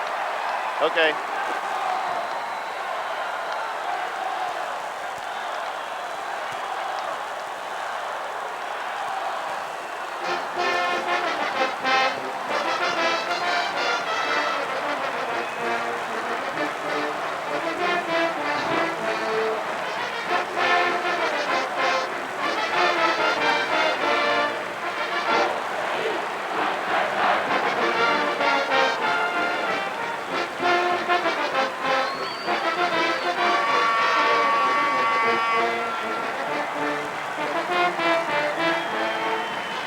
live at the Superdome, New Orleans, Louisiana. Already today, Syracuse advanced to the championship game, eliminating Providence. And they will meet the winner of this, with Indiana up right now. And that's the final score for the Orangemen earlier today. Let's take a look at that pick, Billy, you were referring to. Well, here's a case where you're screening a man with the ball. Wade gets picked off right there. Now watch what happens. Steve Alford showed the pass, throws the defense, and then went up for his jump shot. He's got the whole package. Really understands how to play the game. Indiana on a 10-2 run over the last 4 minutes. And Vegas has hit only 2 of its last 12 shots. And the pace of the game has been IU's pace. Alford was trying to draw a foul there. Took a bad shot, but he thought maybe he'd get fouled in the process. And he's talking to the official on the way down. UNLV is also cooled off from three-point range. They hit their first 3, and since then have missed 5. There was a whistle blown on the inside as Graham came down. A summary of this game. Indiana 62% from the field. UNLV's 44 points from the front line. And Wade with 16 assists, a new tournament record, as Callaway is assessed his second personal. Now 14 fouls against UNLV and 3 against Indiana. We're at the 10-minute mark. Graham on a foul, trying to draw, make a moving screen. Brent, I think that Jerry Tarkanian has a lineup on the floor now that matches up and creates some problems for Indiana. Bringing Patio back in the ballgame. Watch Graham coming across, moving screen, calls the foul. That's 4 fouls on Graham. He's going to be sitting down here shortly with Banks coming back in there. So Jerry Tarkanian will have his best club on the floor in a minute or so. Patio taking Callaway.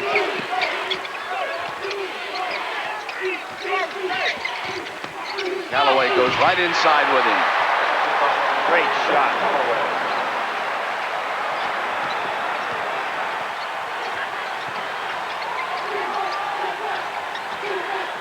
Gilliam coming way out to get the ball. Garrett has played with a lot more intensity since those two were pushing and shoving underneath a while ago. Notice with Banks out of the game, nobody looking for the three-pointer. Game's all inside it. Alford's not within 20 feet of his man.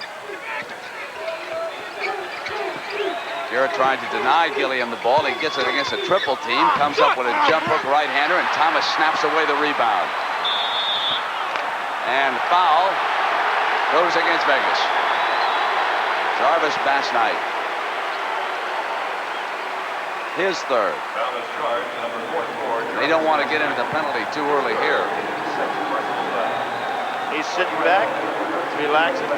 The winningest coach percentage-wise and active coach in basketball, and only stands behind Claire B in all-time winning percentage. 9 minutes with Banks hounding Alford. Man's won the PCAA every single year he's coached a team in the league.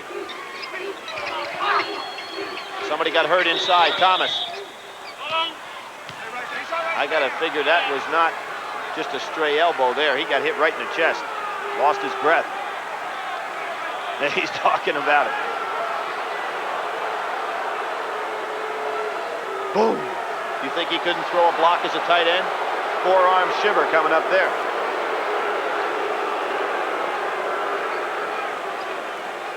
And it's not like Thomas doesn't have a pretty good sized chest himself. There's Bobby, nice and calm. He's probably thinking Gilliam's my kind of player. He is a tough player down in that hole, let me tell you.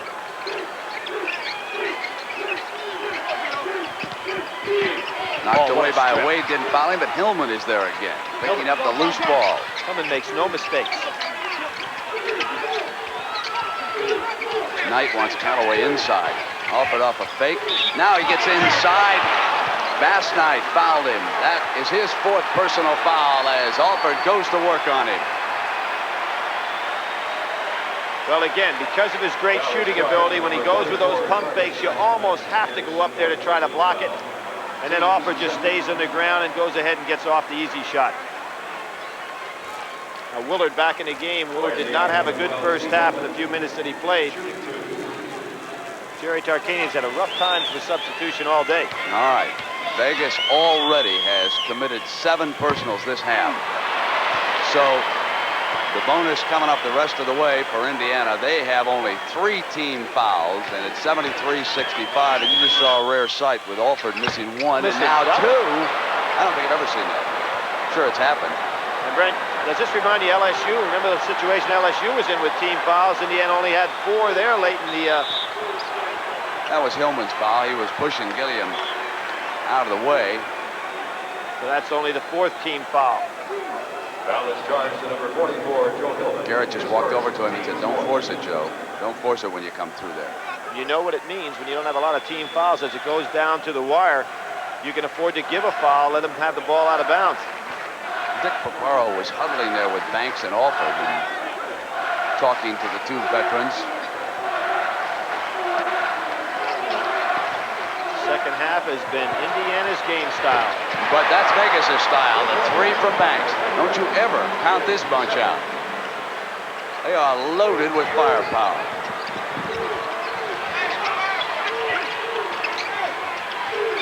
Total team movement now. Everybody rubbing off screens.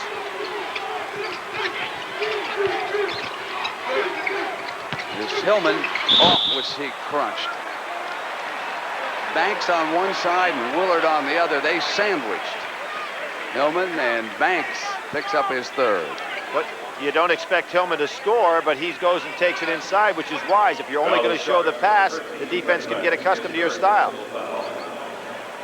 Shooting 2, number 44, So the winner of this game takes on Syracuse on Monday night. And again, a reminder, 8 p.m. Eastern time when we'll come on the air. Ooh, Bobby Knight giving Wade a lot of earful on the sideline. 3 fouls missed by 2 good free throw shooters.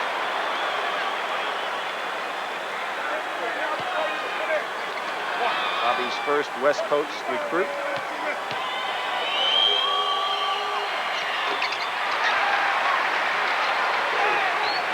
So Wade brings it down.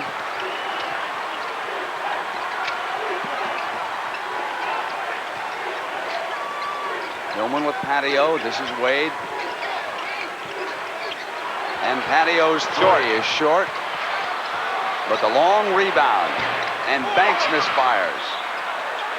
And it'll go over. Touch last by Las Vegas.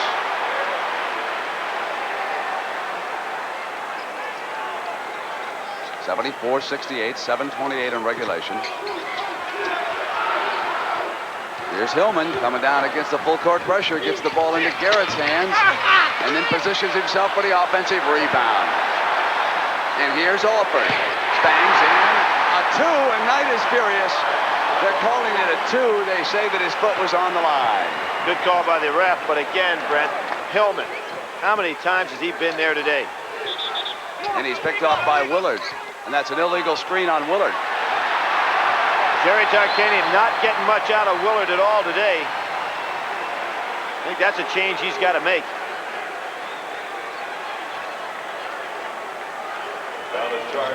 I thought it was 3 when he went up. No, he's got a part of the toe on the line. Yeah, I agree. You cannot touch it in any way, shape, or form. You can see right there, he's got part of that toe on the line. I'll bet you something here, Brent. He doesn't miss 2 on this one. Keith Smart is returning for Knight. And now Gary Graham will replace Wade.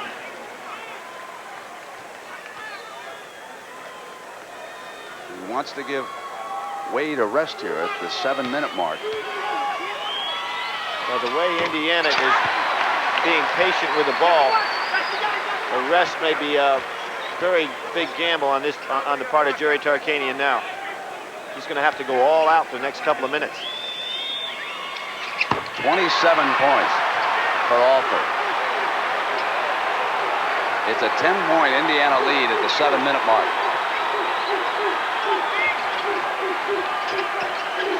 Garrett doing a nice job on Gillum inside.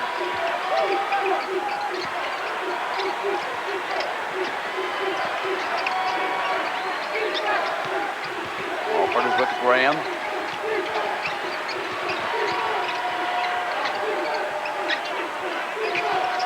Nice pass. Sort of a wraparound to Hudson and Alford, his third. But nobody goes to the foul line. You don't want to get a cheap one inside like that, but nobody goes to the foul line. Only the 15th foul. Billy, how can the Runnin Rebels get this into their tempo? What must Tarkanian do now to turn this into an up-tempo schoolyard game, if you will, which they are devastating at? Well, the problem is that when Hillman in the game, Alford was free, didn't have to handle the ball. Bobby Knight did a great job in that regard. They're just taking some bad threes inside.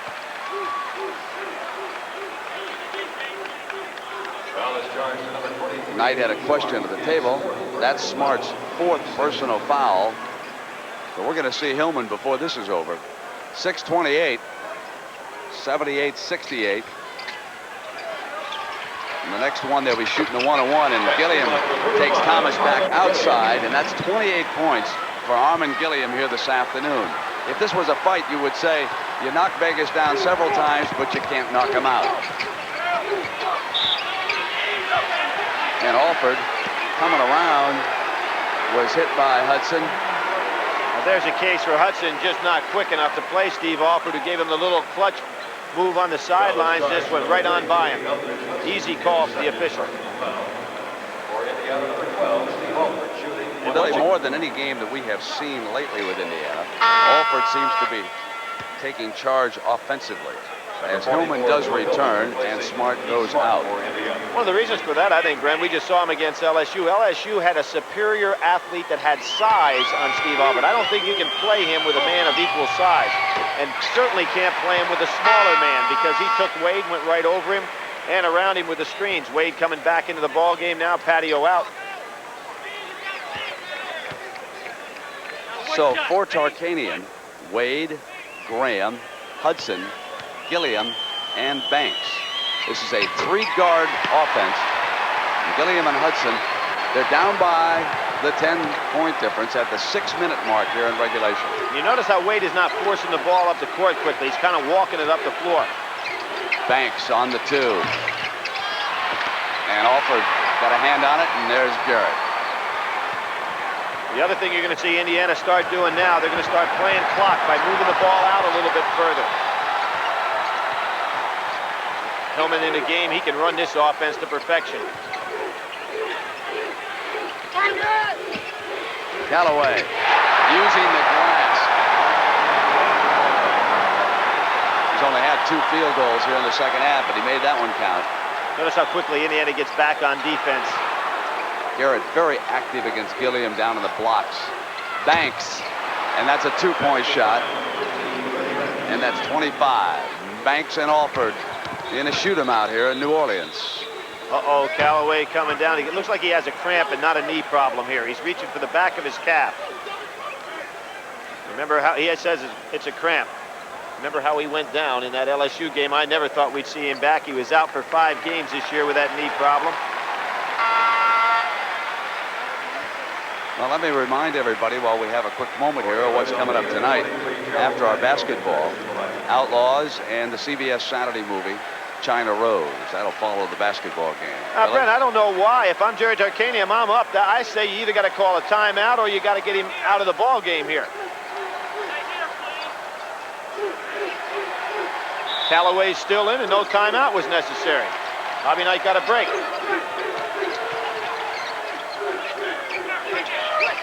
Callaway's a tough youngster out of Cincinnati. Played through that knee pain most of the season. Alford short on that shot. Patio comes out and Indiana is back defensively. There's Banks. Boy, they'll pull up and take that 3 from anywhere. 28 points for Freddie Banks. 82-75, 4:48.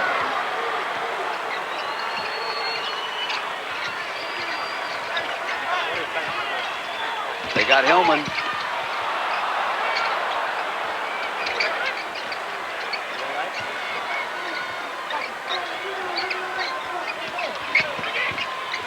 Callaway inside. A fine move. Now Wade's starting to push it up court. And he was blocked. We haven't seen that much this second half, and that's the first time Wade really pushed it up there. That's what gets UNLV going. The foul is charged to number 12, Steve Alford. Now they're going to give it to Alford, which is his 4th personal at the 4:18 mark. Well, obviously, Indiana can't afford that. Timeout, UNLV. Now, UNLV, Jerry Tarkanian has called this timeout at the 4:18 mark, so he has 1 to go.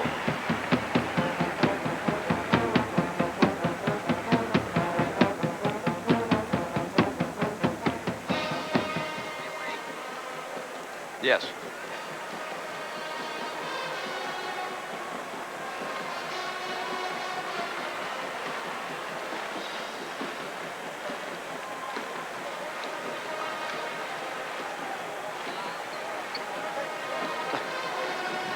How do you figure you segue into that?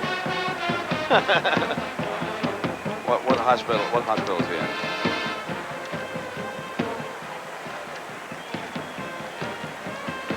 You're gonna do this. Steve, you got a card for Brent. What's his title?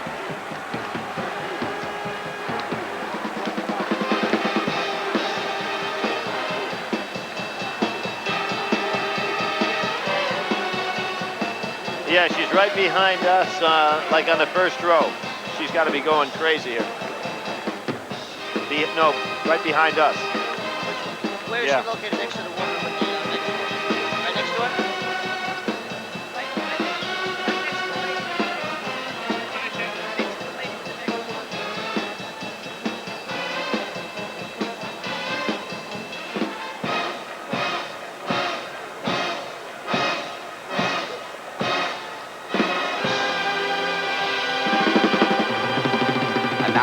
Lead by Indiana, and a date against Syracuse in the championship game. There's the timeouts. Knight with 4, Tarkanian with 1, and you can see the team fouls both in the bonus now in the possession arrow, Indiana. Well, I've got a quick moment. I want to pass along our best wishes to Gene Peterson. He's the director of operations for CBS Sports. He's back in a hospital in the New York area, and I know he's watching this game this afternoon. And Gene, we have missed you out here in New Orleans. Steve Alford and the Hoosiers come back to work at the 4:18 mark, 84-75. Jerry's starting to go ahead and chew on those fingers right now. He was here in here comes the Shark chant, but he was there in 1977, the year that Al McGuire's Marquette team won, lost a tough game to the University of North Carolina. Mark Wade has not scored a point this afternoon, but he has passed out 17 assists. 6 guys off that club that year, Brent, were drafted in the NBA. It's still a record.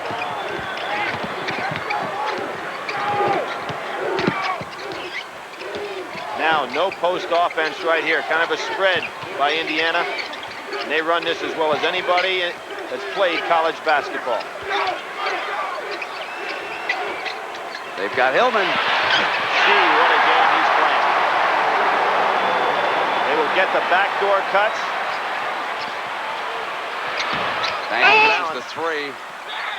Thomas and Callaway going up high along with Hudson. Hudson hitting the ball last, and it's Indiana's ball. What you have there is a case where Freddie Banks trying to get back too much too quick. Wade fouls Alford. That's 3 on Mark Wade, and Steve Alford gets to shoot 1 and 1. What is so impressive about this Indiana team, when you think about Knight, is the fact that here this afternoon, off the bench, he has brought 2 players, Steve Isle and Joe Hillman, and they both technically have played the game so well. Yeah, he's tough, and yeah, he'll drill it into your head, but I guarantee you, when you walk away from him, if you listen and you sort out the nonsense that he hands out, you'll know how to play the way he wants it played. You know who has sat down most of the time? Keith Smarts, okay? Right. A kind of guy that would love to be challenged athletically by UNLV, and that's not what Bob Knight needs today. So he goes with a Hillman who will play within himself. I think Bob Knight has had much of the better of it in regard to substitutions today. Hudson powers back for the rebound. Out of bounds. Vegas ball. There's a fellow who would have been a great player except for a knee operation which caused him to miss an entire year before he came back for the Runnin Rebels, and that's Hudson. You know, I mentioned to Hudson yesterday about the recruitment of Hudson. There's Bass Knight back in. Hudson goes out. Jerry Tarkanian said they went to the championship game and Hudson got in an argument with his coach, and most of the other coaches scouting him didn't want anything to do with it. Ball on the floor. Reaching in was Callaway. Big break. Sure was. Big break for UNLV. The third personal on Callaway. The arrow was facing down Indiana's way. They would have got the ball on a turnover. It's 88-76, Indiana leading UNLV. Gary Graham returning. So the Shark wants to go with the three guards, Bass Knight and Gilliam. Hasn't Gilliam played a great game for him, though, with 28 points down there? Gilliam and Banks have both given him solid games. I think everybody else, you might say Wade also, but everybody else has actually played under their ability. But Wade just wasn't able to hit any shots either, though. Well, he's not going to take many. Freddie Banks had a little special hairdo put together when he was at Vegas after the wins in the regionals. Had the number 13 carved into his head. Is that the right word, carved? I guess not, probably. It looks like a carved job. Shaved, that's the better term. Appreciate it.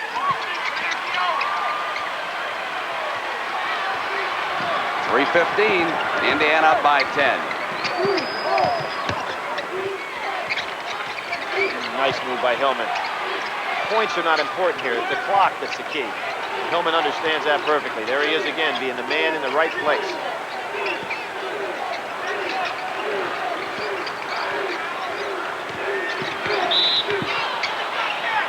And a foul as Hillman got down the line. That's the fourth on Wade. Boy, Hillman is continuing to do a superb job here for the Hoosiers. Well, Brent, the key when you're a substitution playing for Bob Knight is to understand what your role is and carry it out. Don't try to do any more or less than that. And that's what we're seeing right here. He's the guy that created tempo here in this second half and kept them in a half-court offense so UNLV never could get running. But there's still time for this bunch. Here's Banks looking for it as he went up in the air. He was fouled, and Hillman picks up his second. You don't want to foul if you can help it. If you're Indiana, you'd just as soon rather have them put it up with a 10-point lead, make that clock keep moving. You know, the other thing, Brent, that's interesting is today, I can't remember a time when UNLV made their press work. Well-drilled club from Indiana just took it away from them.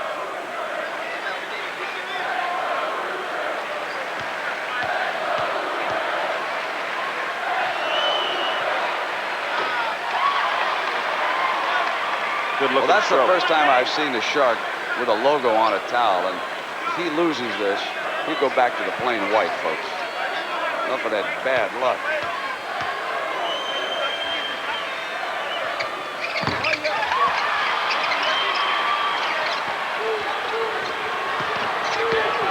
Down to 8. They go to the trap, and Alford uses a timeout. They had 4. He saw he was in trouble. He alertly used the timeout. At the 2:39 mark, 88-80, Indiana, and we'll be right back.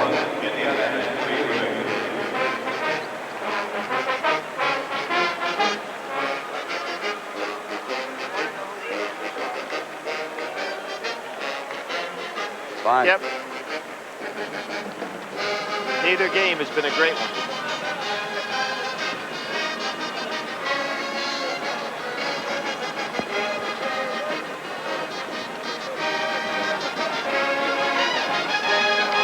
Alford and Gilliam, I think it's easy, isn't it? Yeah. Gilliam.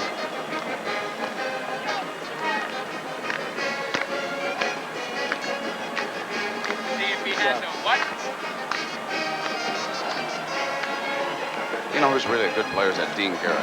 Oh, he's got his hands full. Does a great job. If he holds up, I'm not sure. Boys, I got news for you. I don't think this one's over. You know.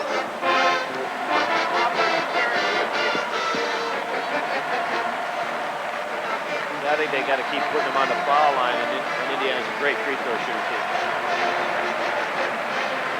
I wouldn't put them there yet, Charlie. No, I don't. I mean, they're not going to turn the ball over. So you have to reach, you have to grab. I'm not talking about it on purpose. They just handle the ball well.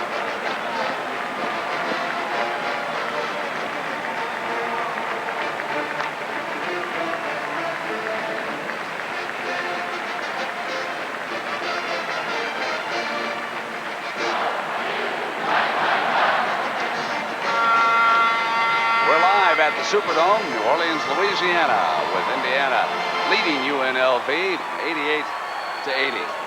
You know, Billy, one story I want to mention before we get off the air, because it's a controversial one regarding Vegas. Lloyd Daniels, the young man that they've had some difficulty with out of the New York area recruiting. I got the feeling this year, and I told Jerry this to his face yesterday. I said, you know, Jerry, I thought you were turning it around with the public. They were beginning to sort of believe that you were running a real good program out there, and then you got involved with a young man who has brought more discredit to the school. He agrees, but he's not going to back away from the young man. He will never play for him at UNLV, but he said he still wants to help him go to school, a disadvantaged youngster, but he made it quite clear yesterday that he will never play at Las Vegas. So with 2:35 remaining, Indiana leading 88-80. They have possession. And Garrett missing, but Thomas on the other side. The position rebounding. Banks hits another three. That is 35 points for Banks. He is 9 of 14 shooting threes. The double team. Alford sees it. Good spin dribble. Now that people might Here's want Hillman. backcourt. It was not backcourt, obviously. 5. Yep. Goes over. Now, what we see right now, Brent, is what happens to you. When you try to play a delay game and are not looking to score, the defense picks everybody up. Indiana can get an easy basket inside. Now Banks, he and Gilliam have carried the load here in the second half. He forces that one, but Gilliam cleans up, scored, and bring him to the line. We got a new game.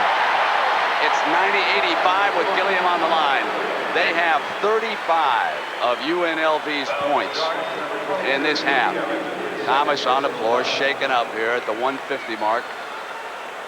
Here's Banks going in, double clutches it just to get it in the air was amazing. Now Gilliam comes down, he hits, and no foul should have been called on that because he's coming right down. He hit Thomas, and look at Gilliam's on the floor. He hit him with his elbow, might have hit him in the crazy bone a little bit.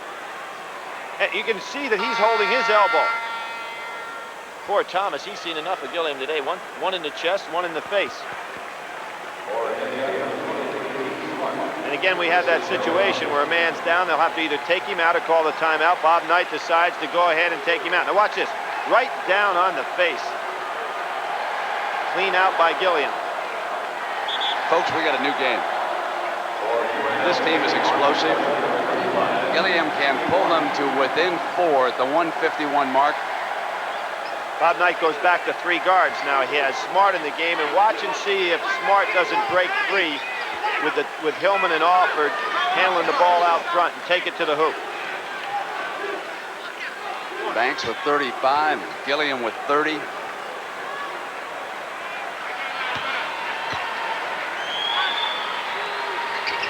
Long. Rebound, Garrett. Graham is on Smart. They might want to put him on the free throw line. Here's Hillman. And now Hillman uses a timeout. They had 3, remember. 2 left.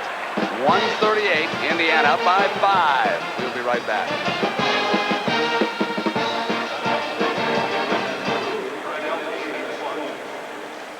I don't know why anybody ever doubted it.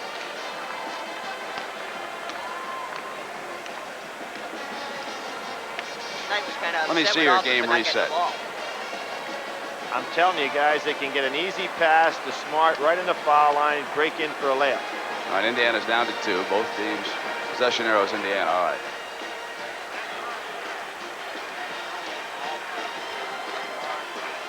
Let's see if we have. You know, Indiana's been to the final game 4 times in the school's history, and they've always won. Indiana what?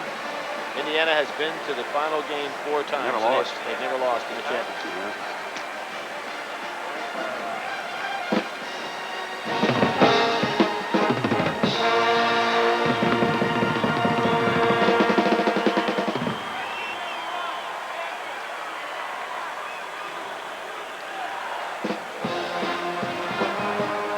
scored how much? How many of Vegas's 85 been scored by the two guys? What do they have? 30 and what? Scored 65. 65 of 85.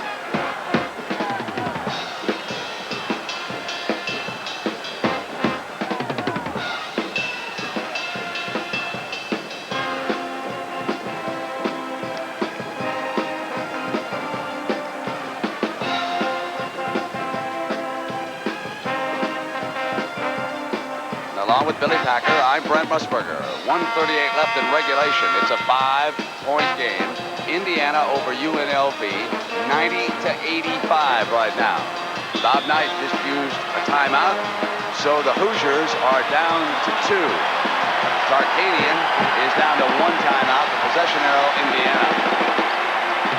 But they really have to be careful on this inbound situation because you know UNLV is going for the steal. Knight elects to stick with the 3 guards, Hillman, Smart, and Alford.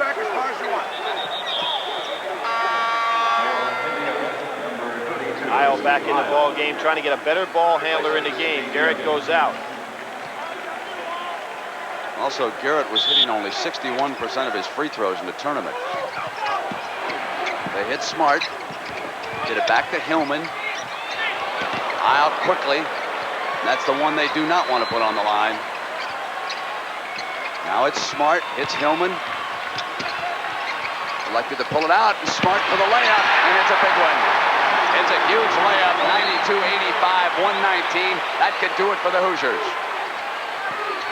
Banks goes back with a 3, and they're not finished yet. He's made them from both corners now. Lead pass to Smart. Pretty soon they've got to put someone on the line. And there it is. Gilliam fouls Isle. So Steve Isle will be stepping up in a critical one-on-one situation. And one of the few guys for Indiana that's not an outstanding free throw shooter, only shooting 68% on the year. And in the tournament, it's not even that good. It is 50%. Dean Garrett comes in for his rebounding. 102. What a great shooting performance by Freddie Banks here this afternoon. He has been unbelievable. Isle misses, and Vegas not finished yet with a minute to go. Smart staying right with Freddie Banks. Gilliam, they double him. Here's Banks. Isle comes up on him. He misses that one. Gilliam contesting Garrett. Loose, and here's Patio looking 3. Out. Rebound by Banks. Underneath. Over the back. Over the back. Oh, me! I thought it was Gilliam over the back.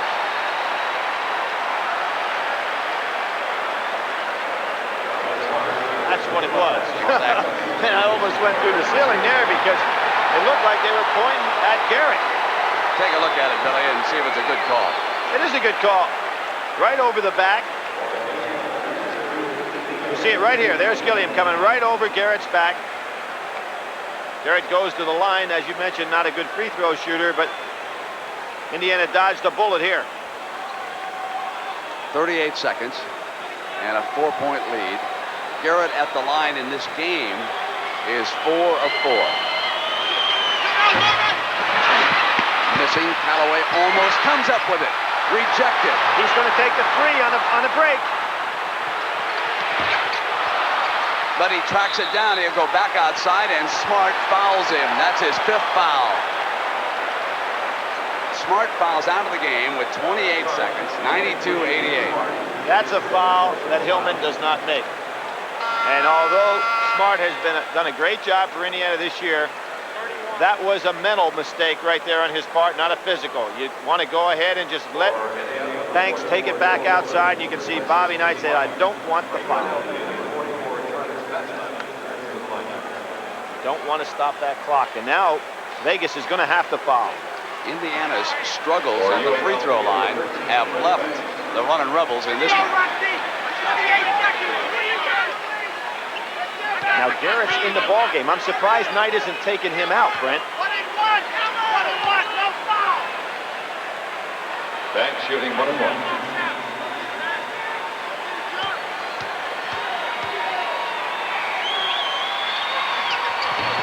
He missed the free throw. Indiana. Alford with possession. Can't foul him. Did you see Alford taken away from his man? He knew that if Vegas fouled in the backcourt, he wanted to come up here to the free throw line. He took charge of business back there.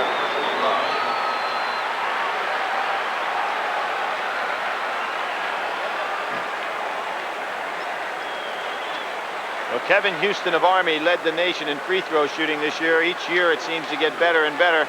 Houston's shooting over 92%, but not a bad guy to have on the foul line if you want to seal up a game right here.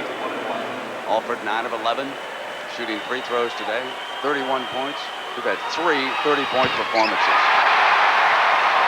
There were a lot of people who tried to tell me that Bob Knight would never play this game in the 80s or the 90s. Yesterday when he came into the building, he said, I don't want to slow it down. He said, I don't think we can. 94-88, 20 seconds. Of all people, Wade takes a 3. Isle with a hand on the ball, has got it from Hillman. Isle going to go all the way. That's it. Indiana's going to go to the finals. Brent, let me give you a stat. They've been there 4 times, and they've never failed to win the national crown. The team that leads that is UCLA, 10 for 10.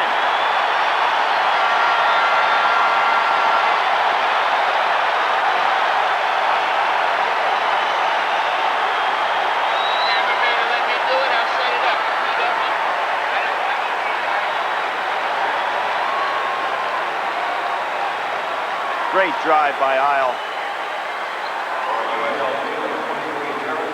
And the man who enjoyed it more than anyone. Score it, and Bass Knight fouls out.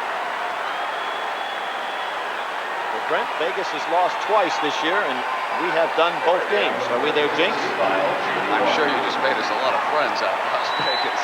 But folks, I had nothing to do. I didn't shoot it. I didn't handle the clock today or nothing. Jerry Tarkanian is denied for the 2nd time going to the final game. And I think it bears repeating about that man right there. You give Knight 1 week to prepare for any team, and he's going to be real tough to beat. So we've got timeout being used on the floor, and let's talk about the matchup ahead of us. Indiana and Syracuse. Well, we've got a moment. Billy, your thoughts on that one? Well, I think Syracuse showed us today they can come out and play some very, very tough man-to-man defense, and I think that is something that's extremely important because you've got to do that if you're going to play against IU because of Alford's great shooting ability. But I think IU showed something today in regard to great bench play. Super job by Isle and Hillman.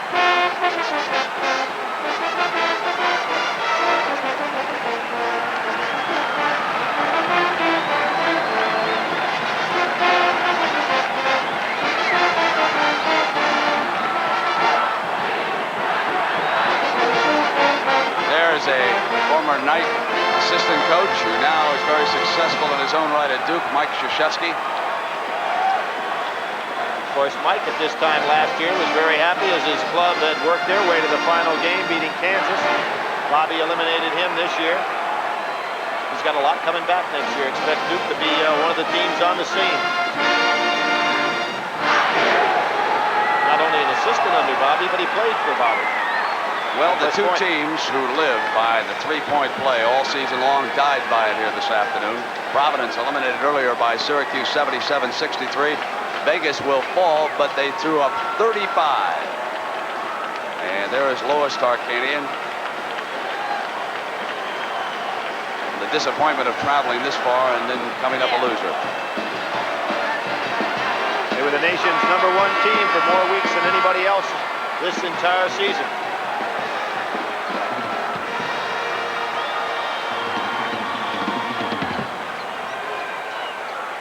6 seconds to kill with a 6-point lead. How about the deployment here by Bobby Knight? Throwing the ball to half court and saying to Vegas, you can have it. Lets them have 2 tap-ins, and that one fell for 2. Dick Paparo says that counts. Score that tap-in. The ball was up on the rim, and Knight and Tarkanian shake hands at midcourt.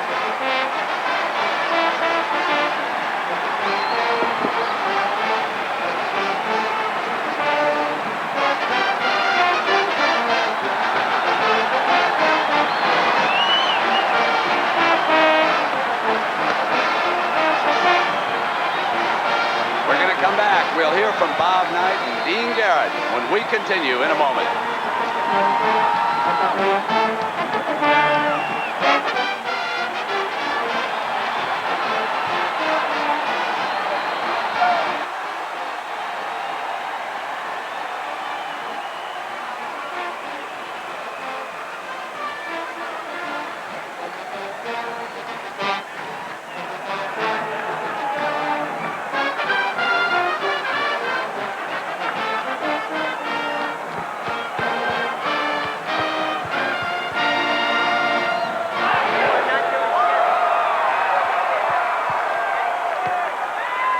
What's out of that, Deke, after the interview?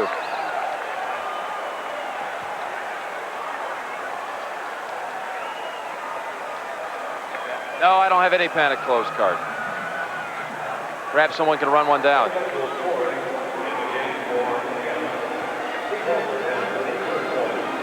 I haven't seen one.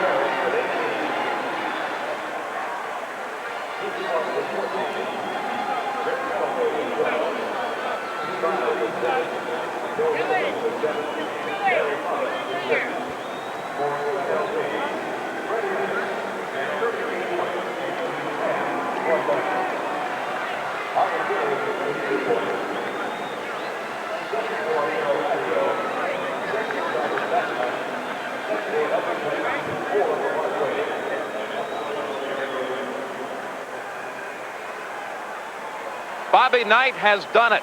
He'll be heading to the national championship game on Monday night, looking for his third national title. The Chevy MVPs in this game: Armin Gilliam for UNLV, 30 points and 8 rebounds, and Steve Alford out of Newcastle, Indiana, 33 points, as the Hoosiers advance on to take on Syracuse Monday night for the championship. Let's go back down to the court side. Brent and Billy. All right, Jim, thank you. We're with Coach Knight and one of the young men who has traveled that journey to the championship, Dean Garrett. Dean, your thoughts about this victory? Hey, this is a great victory. Everybody thought we weren't going to win it. People were putting us down by 3 points and said Gilliam was going to do this. UNLV was too fast for us. But hey, this shows you, we're a strong team ourselves, and we're not quitters at all. Bob, I thought you got an incredible game off the bench today. Two guys came in and really used their heads to set a lot of things up. Steve Isle and Hillman. Well, Hillman and Isle played very well for us in the regional and have played very well for us in a lot of situations all year. And that's what we recruited them for, to play very well for us. It was a thinking man's game in regard to substitution patterns and the way that you played. And you still understood it? I think I did, and I thought you really did a super job taking advantage. When they went with a smaller club, let you stay with Hillman for a long time. Well, what happened? There had to be a lot of changes made. It was really a hot day, and I thought the UNLV kids were just absolutely plastered, their jerseys.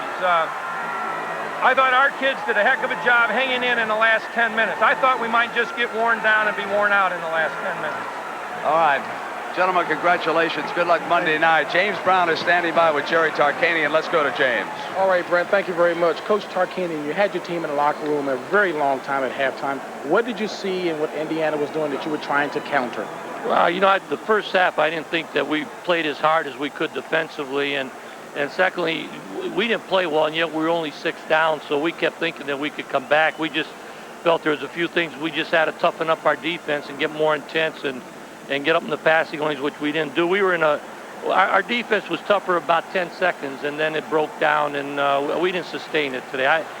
We came to a big game like this, and we weren't as quick as we'd been earlier in the year, and it's a painful loss, but I'm so proud of this team that, it hurts a lot, but I'm extremely proud of our ball club. And obviously a tough loss, but you wore number 1 very well. Coach, thank you very much. Thank you. All right, Brent, back to you. All right, James, thank you. And for Billy Packer, Jim Nance, James, and Billy Cunningham, I'm Brent Musberger. So long from the Superdome in New Orleans. That final score again, Indiana 97, UNLV 93. NCAA basketball has been a presentation of CBS Sports.